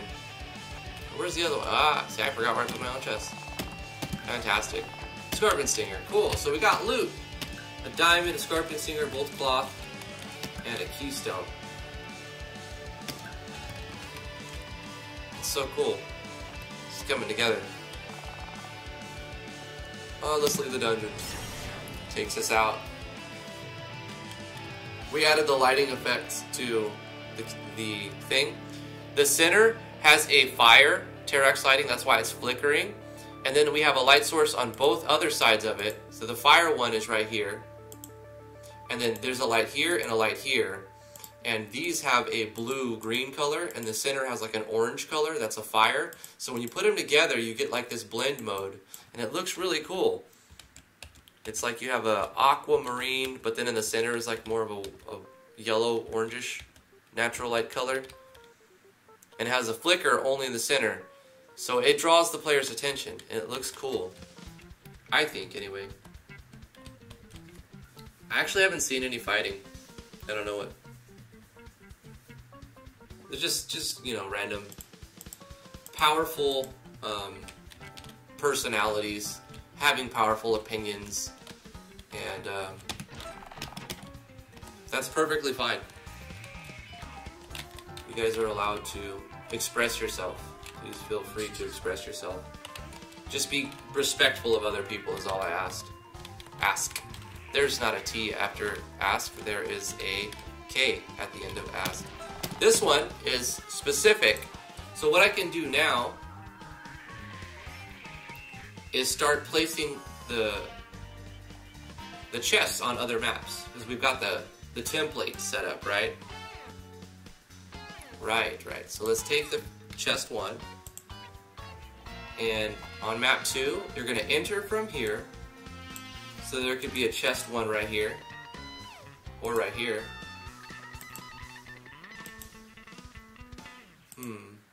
Probably right here. Chest 1. Or even here. Yeah, chest 1 is there. We'll take chest 2, which is this one. And why it works is as soon as we leave or enter, all of the switches turn off. So all of the chests reclose, and we can open them again. Yeah. It's cool. We'll put a chest number 2 there. We'll take chest number 3.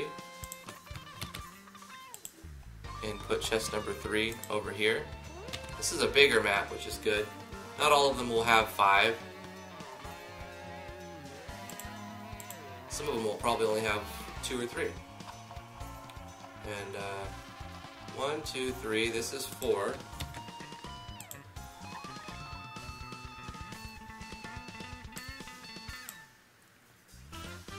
Ba-da-ba-ba. I'm going to come up here, and the path to the exit to the next level would be up there. So this is the straight path. Maybe we'll move this one. This would be out of the way. This would be a little bit out of the way. We're going to move this one to be here. Or here. They're all kind of hidden. and then we'll paste 5. This one is way out of the way. I'm gonna put it visible because it's kind of like way off, so it'll be visible.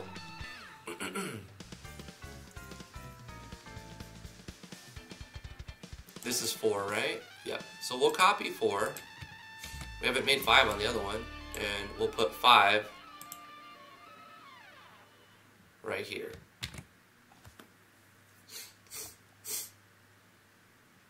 Because it's not too far off. Or we can make it visible and put it right there. I kind of like it over here better though. You know what we can put as a pixie somewhere? We could do a pixie over here and move the chest to there. I'm sure I'll move stuff around over time. So this will be chest 5. And change the switch to chest 5. And the condition to chest 5.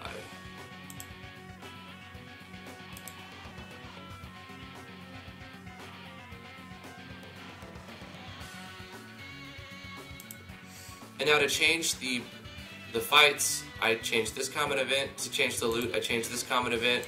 And by changing the 2 common events, wait, random dungeon quick loot, yeah. By changing the 2 common events, here and here, I can change every chest in the game. Very easy.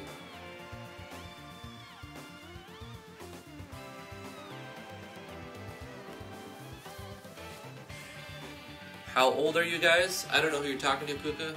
Probably people in the chat, that's fine. I'm 34. Years young. Oh gosh, sometimes I feel old.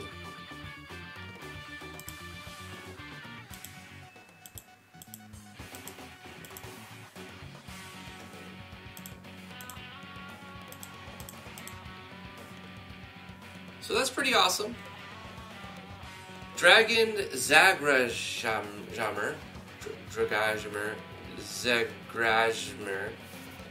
nailed it, 10 out of 10. Asked, what tile set is this? This is the First Seed Material tile set, DLC, in the Steam DLC. Yeah, it's pretty cool, I like it. The FSM. It comes with a sample project and like multiple tile sets, and there's a lot of tile set well, there's not really a lot, is there? There are a few tile set DLCs.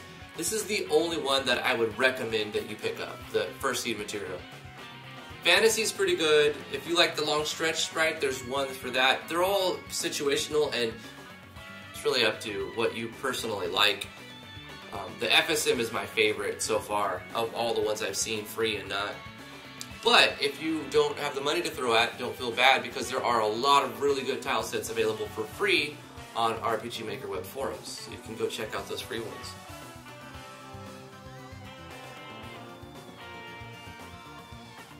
My audience is probably a bit older in comparison to the majority of people who watch YouTube. 9-year-olds. 9-year-olds. My audience is usually between 18 and 34. Says my analytics anyway. The majority. But I have some in 13 to 18 and some in the like 40s, 50s range, but they're a smaller percentage. Most are between 18 and 34.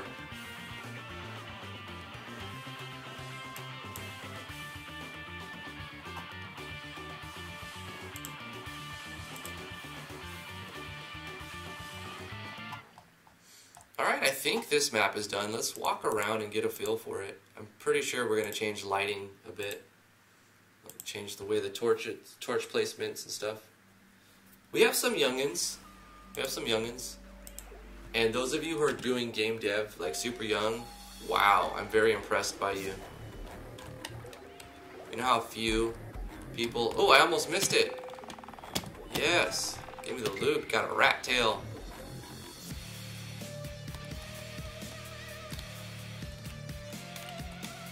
Where was the other one? It's over here. Give me the loot. A ripe orange. Heartless is 1,000+ years old.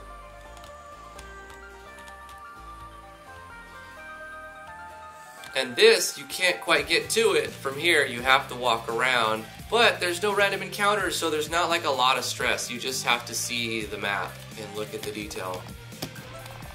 Scorpion Stinger.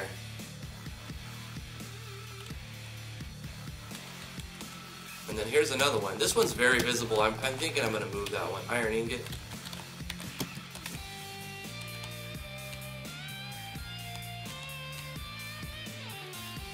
Nah, there needs to be one easily visible one, like on the straight path.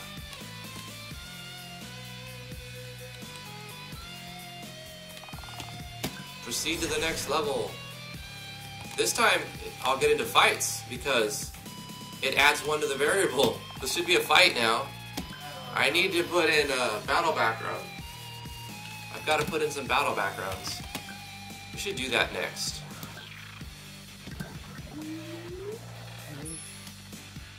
Oh no! What happened to Jinx? Oh, we don't have her in the party. We have Dog, which is a copy,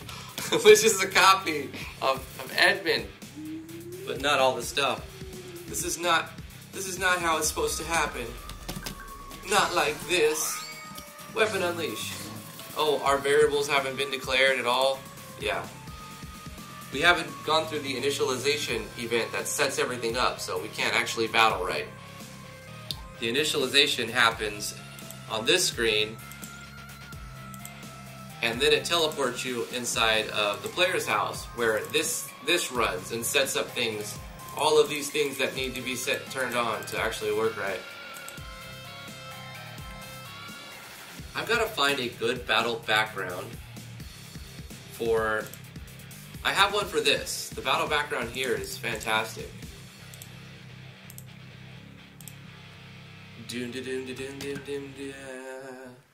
Right here. Like, this is a good battle background. But I need to find one for these type, the rocky caverns. Zarsla's about to turn 22. Happy birthday. Upcoming, not yet, but will be soon, your birthday.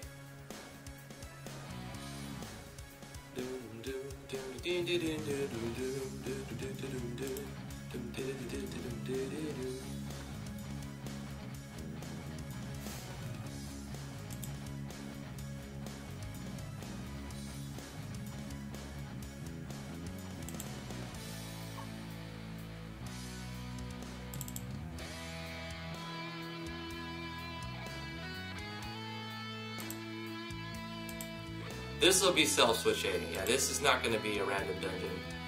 This is going to be part of the, like, the intro area. Like, okay, we walk in here, and as we go down, this is self-switching. So we get a chest of picks, and that's a one-time chest. You get it, and it doesn't reset. And you go down. This can be a random dungeon, but I need to change this. I do need to change this.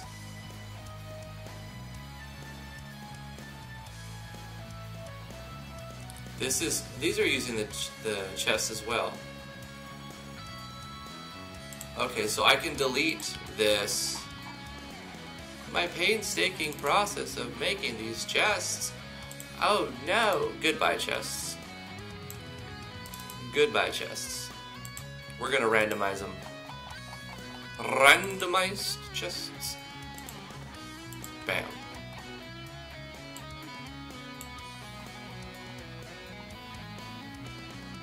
And this will actually be one of the random dungeons.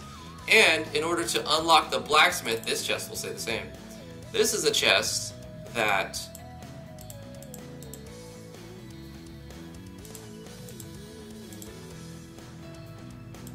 the blacksmith is in. This will be a specific chest. When you find this one, there'll always be 1,000 gold in this one. So it's the one that the blacksmith is in. You open it, and the blacksmith, you get the blacksmith for your town when you finally get him, and it'll always be 1,000 gold. Speaking of 1,000 gold, nice good speed again with the 1,000 gold donation. $10. Appreciate that. Man. Thank you for the super chat. Really appreciate that.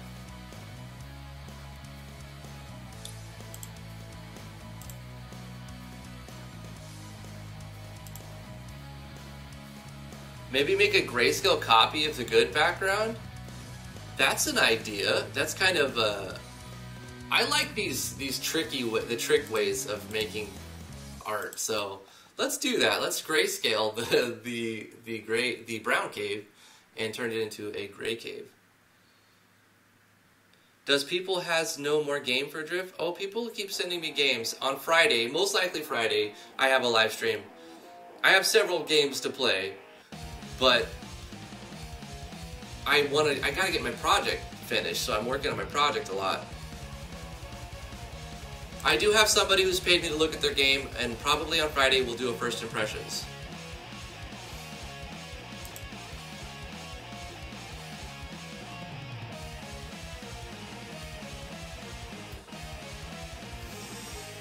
Where did I put it? It's gotta be in the project file. Dirt.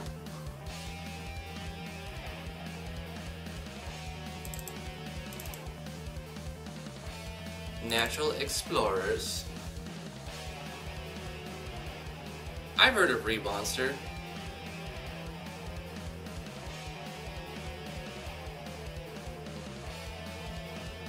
IMG Battlebacks. Here it is. Alright, let's grayscale this. We're gonna put a filter on it. Filter, easy filter.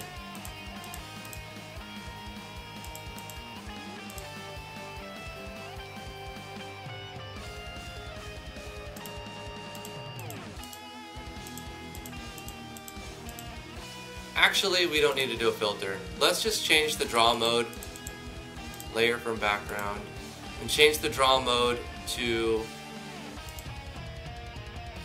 something else. Was that going to change anything?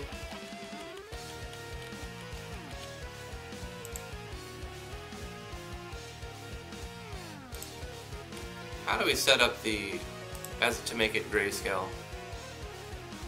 You think I would know this?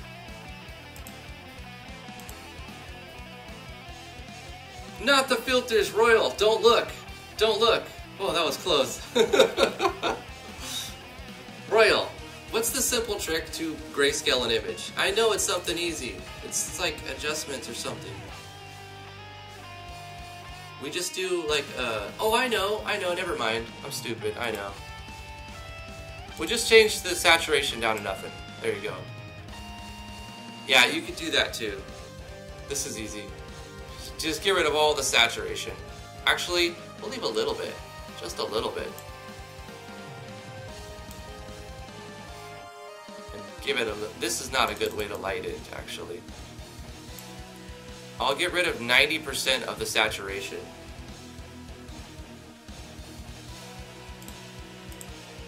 And I will give it a little bit of contrast and a little bit of brightness. Simple, easy. Easy, breezy, beautiful Maybelline. Nailed it. And we'll say this as a PNG. Maybe she's born with it, maybe it's CoverGirl. Gigantic Battle Background by Kyle Dove. You are awesome, Kyle Dove. _ gray edit.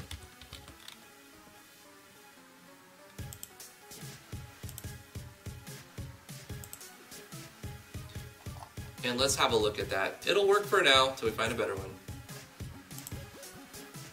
Boop, boop, whip up, boop, boop. It's Jeff. My name is Jeff. Fear Jeff.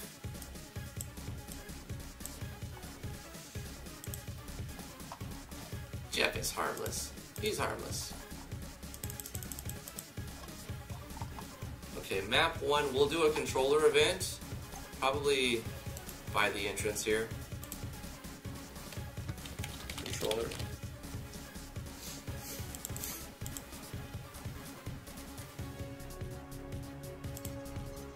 Set battle back to grayscale. Okie dokie, erase event.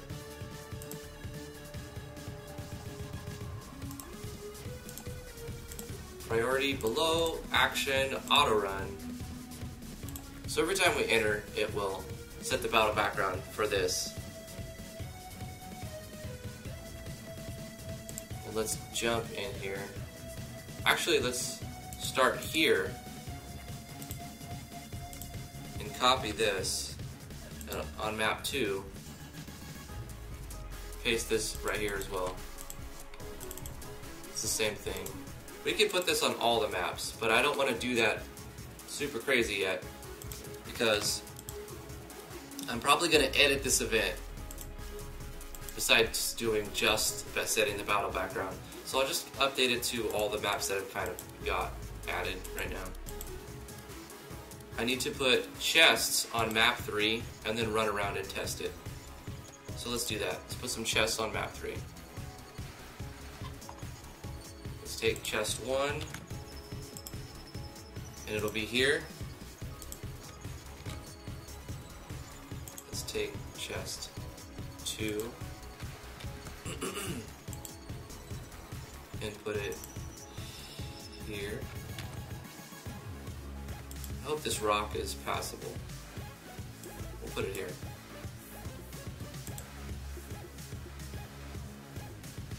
Take this chest, put it over here. And this map will only have 4 chests. Copy this. And this chest will be right here. Kind of visible. Very visible.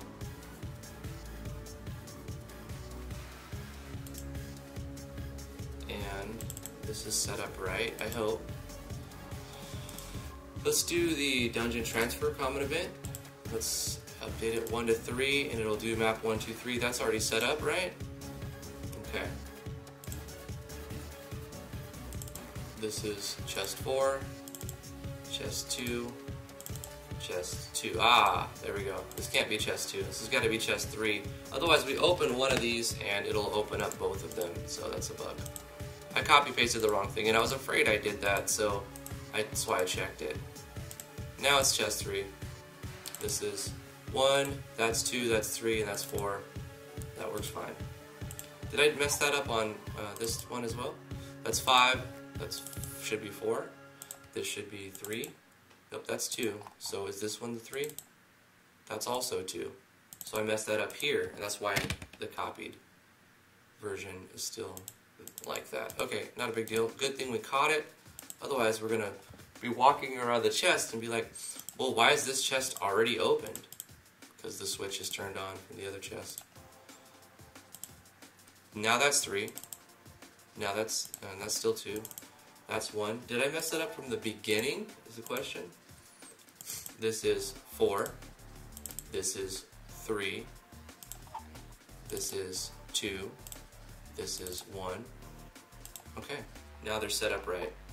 We can actually enter this entire event from the beginning and start with the battles from the beginning.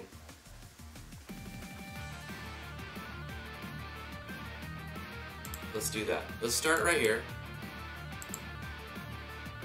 You know what? We should start from the world and set up the... let's start from the start screen. Let's do that.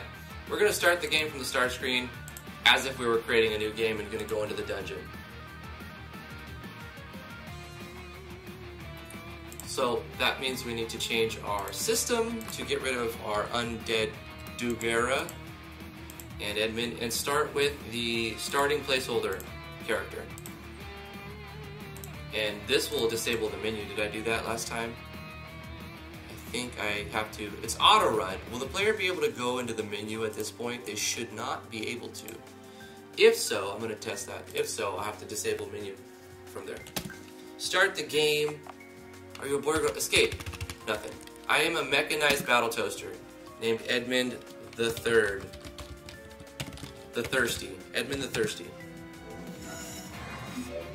Custom animations, custom sound effects. We get put inside of our home. There'll be some more exposition, a little bit of intro, not too much These are items that you will not start with. You'll start with a few food rations and maybe a single tease tonic. Probably an apple or something like that. And you could rest here. If you would like to take a nap to get full recovered. And the town starts paying you money. That'll happen after the exposition and the explanation is why. The food processing area will be right here. You can process food and cook menu. So this will be a food processing station, and this will be a cooking. All of these spots will open up the cooking crafting, and then these two spots will open up the food processing station crafting menu. And right here will be an item enchantment station. This is the custom piano that you can play. I have a tutorial on that. I just put it out so we can.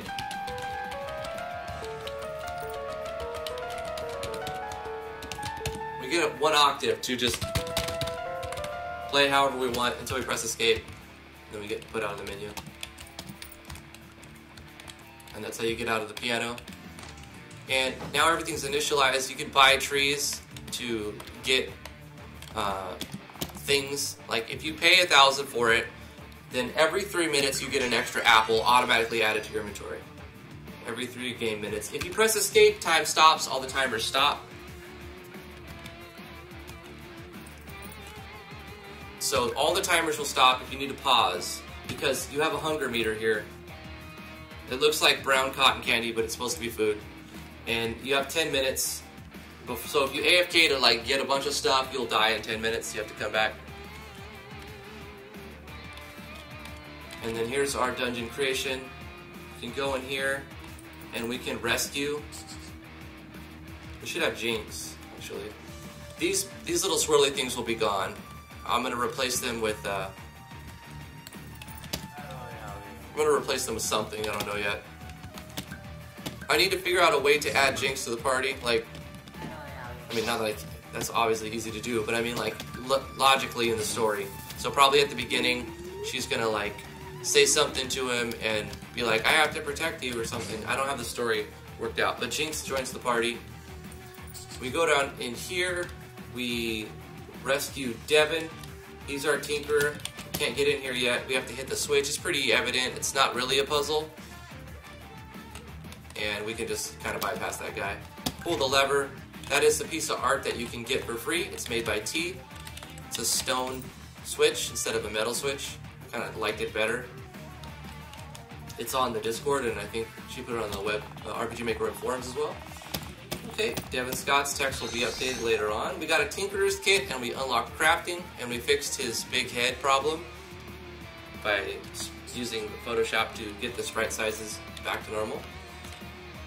So now we have crafting in the menu. We can do some crafting if we need to. Got to get craft items though. More stuff will appear as time goes on. Maybe this will be a random dungeon. I don't know. Maybe this will just be straight down to rescue Devin, and then that will be a random dungeon. There's a very missable chest right there. You don't see it. That's why I want my chest to be... I want there to be a lot of chests in the dungeon. Right now we're automatically being awarded a level 1 keystone every time we enter this map, which is not going to be that way. Like I said, a lot of this is just so that I can speed run through. And we can use items on this stone. And most items will do nothing. Actually, all items will do nothing at this point. But you'll have different levels of keystones to like jump in, so you don't have to pick from level 1. You don't have to start from level 1 every time. But you enter. This changes the variable that goes up the big head, all the ego, Devin. And it picks randomly any one of these dungeons. And so we are on level 1, so we should be entered into a fight, which will be a grayscale. Hey, that works. It's good. It works for now. And then in order to get loot, we have to fight. There's no random encounters, though. And when we attack, there's a 10% or 20%, I think, weapon unleashed chance.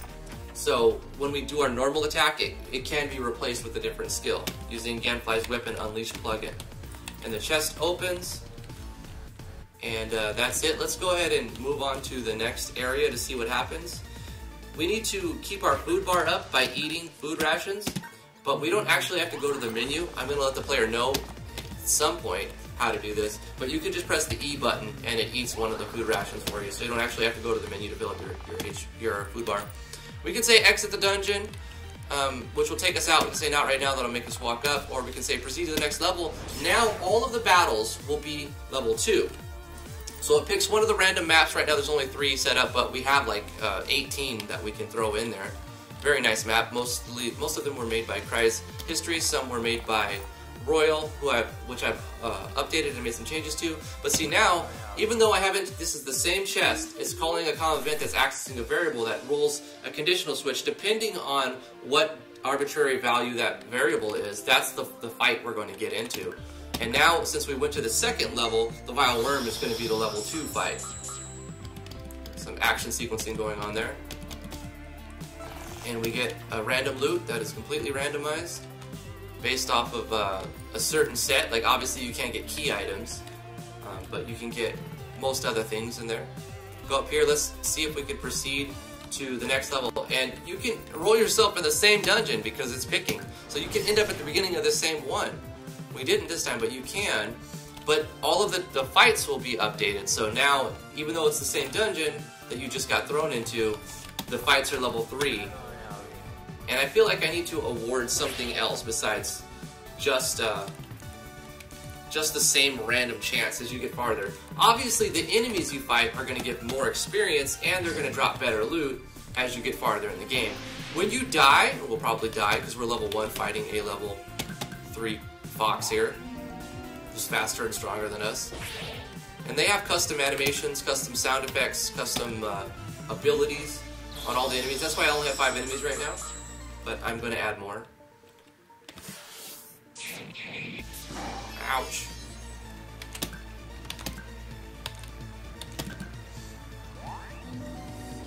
This is Olivia's battle system, the Octopath-like battle traveler.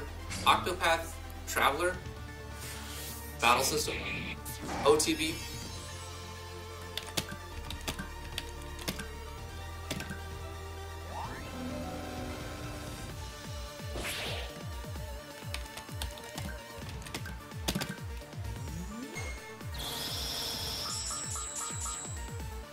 He's still alive.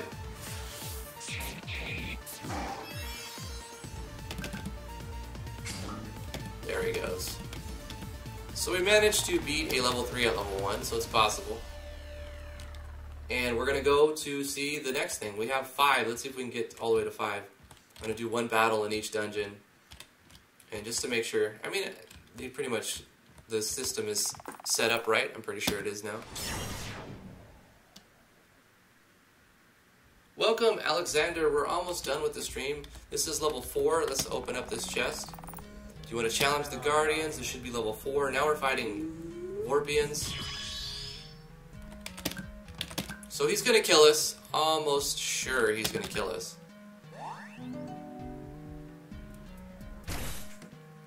That icon I actually created by taking this sprite, copying it, and then putting it on the icon set itself and resizing it. So his claw attack is using the pincer. It's the same as just this little claw resized using another little, copy Photoshop. Ding ding ding ding ding ding ding ding ding ding ding ding. What does the fox say?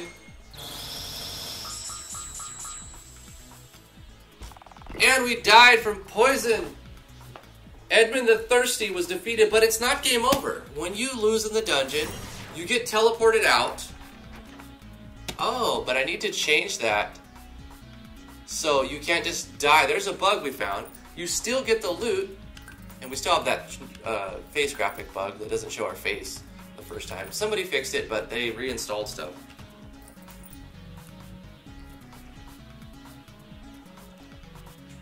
Does Drifty have Adobe Illustrator? No. Only in my sleep. Only when I'm asleep I have it. Will you add a scoreboard to better yourself when crawling the dungeon? Sure, that's a great idea. That's a good idea. To see what level you get to. That's a fantastic idea. Guys, I have to end the stream. I do see a little graphic bug I want to fix real quick on this map. I will forget it, so I'm going to do it right now. Where's that light source thing? This one, right? Let's put that. No! Zoom in. Right there. Okay, fixed it. But it caused another graphic bug. Okay, but I can fix that too. Let's just do this. Nope, that didn't fix it. Let's do this. That fixed it. Okay, good. That's gotta do it. That's for my stream. He's gonna be home and we have other stuff to do. We did a lot of progress. We've made a lot of progress so far today on this project. I still have a lot more that I gotta do. We managed to set up a system so that when we leave the dungeon and enter the dungeon, the chests close and reopen. We can reopen them. The fights are based on how far we've gone down. All of the maps will be randomly rolled. I'm going to show you this code that Zarsla threw at me. This is the script call that Zarsla threw.